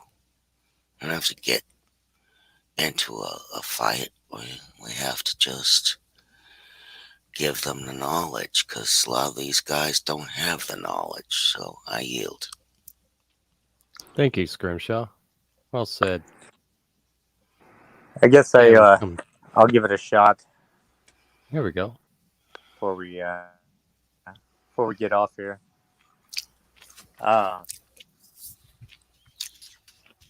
first of all, can you guys hear me? My Good to go. indicator Leave with is not Charlie Yes. 5x5. All right. Well, I guess to paraphrase one of my favorite interviews, I like to study high speed projectiles, and there's a lot of work that goes in to making these high speed projectiles. You need a component that's going to fly at a certain velocity. You're going to need a casing, an accelerant, and something to activate that whole process of the expansion of the accelerator that gives propulsion onto the object that flies at a high speed. And without each of those individual components, you just have a bunch of materials sitting on the floor. And if you guys are picking up what I'm laying down, some assembly is required, but if assembled properly, you can achieve amazing results. And with a little bit of effort and some knowledge and patience and research, incredible things can happen, and you can achieve incredible effects out of what would be very normal, boring, and ordinary random components sitting on the floor. So like I said, to achieve a larger effect, some assembly is required. And I yield. Thank you. And I like that. Some assembly required. Yeah. All right. Now, that's going to conclude tonight's program. I hope everybody enjoyed themselves, had fun in the chat, participating. And I want to thank you all for coming up on the panel. Thank you, Scrimshaw. Thank you, Hayden. Thank you, Rebel Jack. And thank you, Sean, especially for coming up here and kicking us off again. That was awesome. And and I want to thank everybody in the chat for participating and hanging out with us. I really do appreciate that. And if you hit the thumb and maybe subscribe if you haven't. And we'll see you on Monday for a little madness. And I'll say good night and sweet dreams.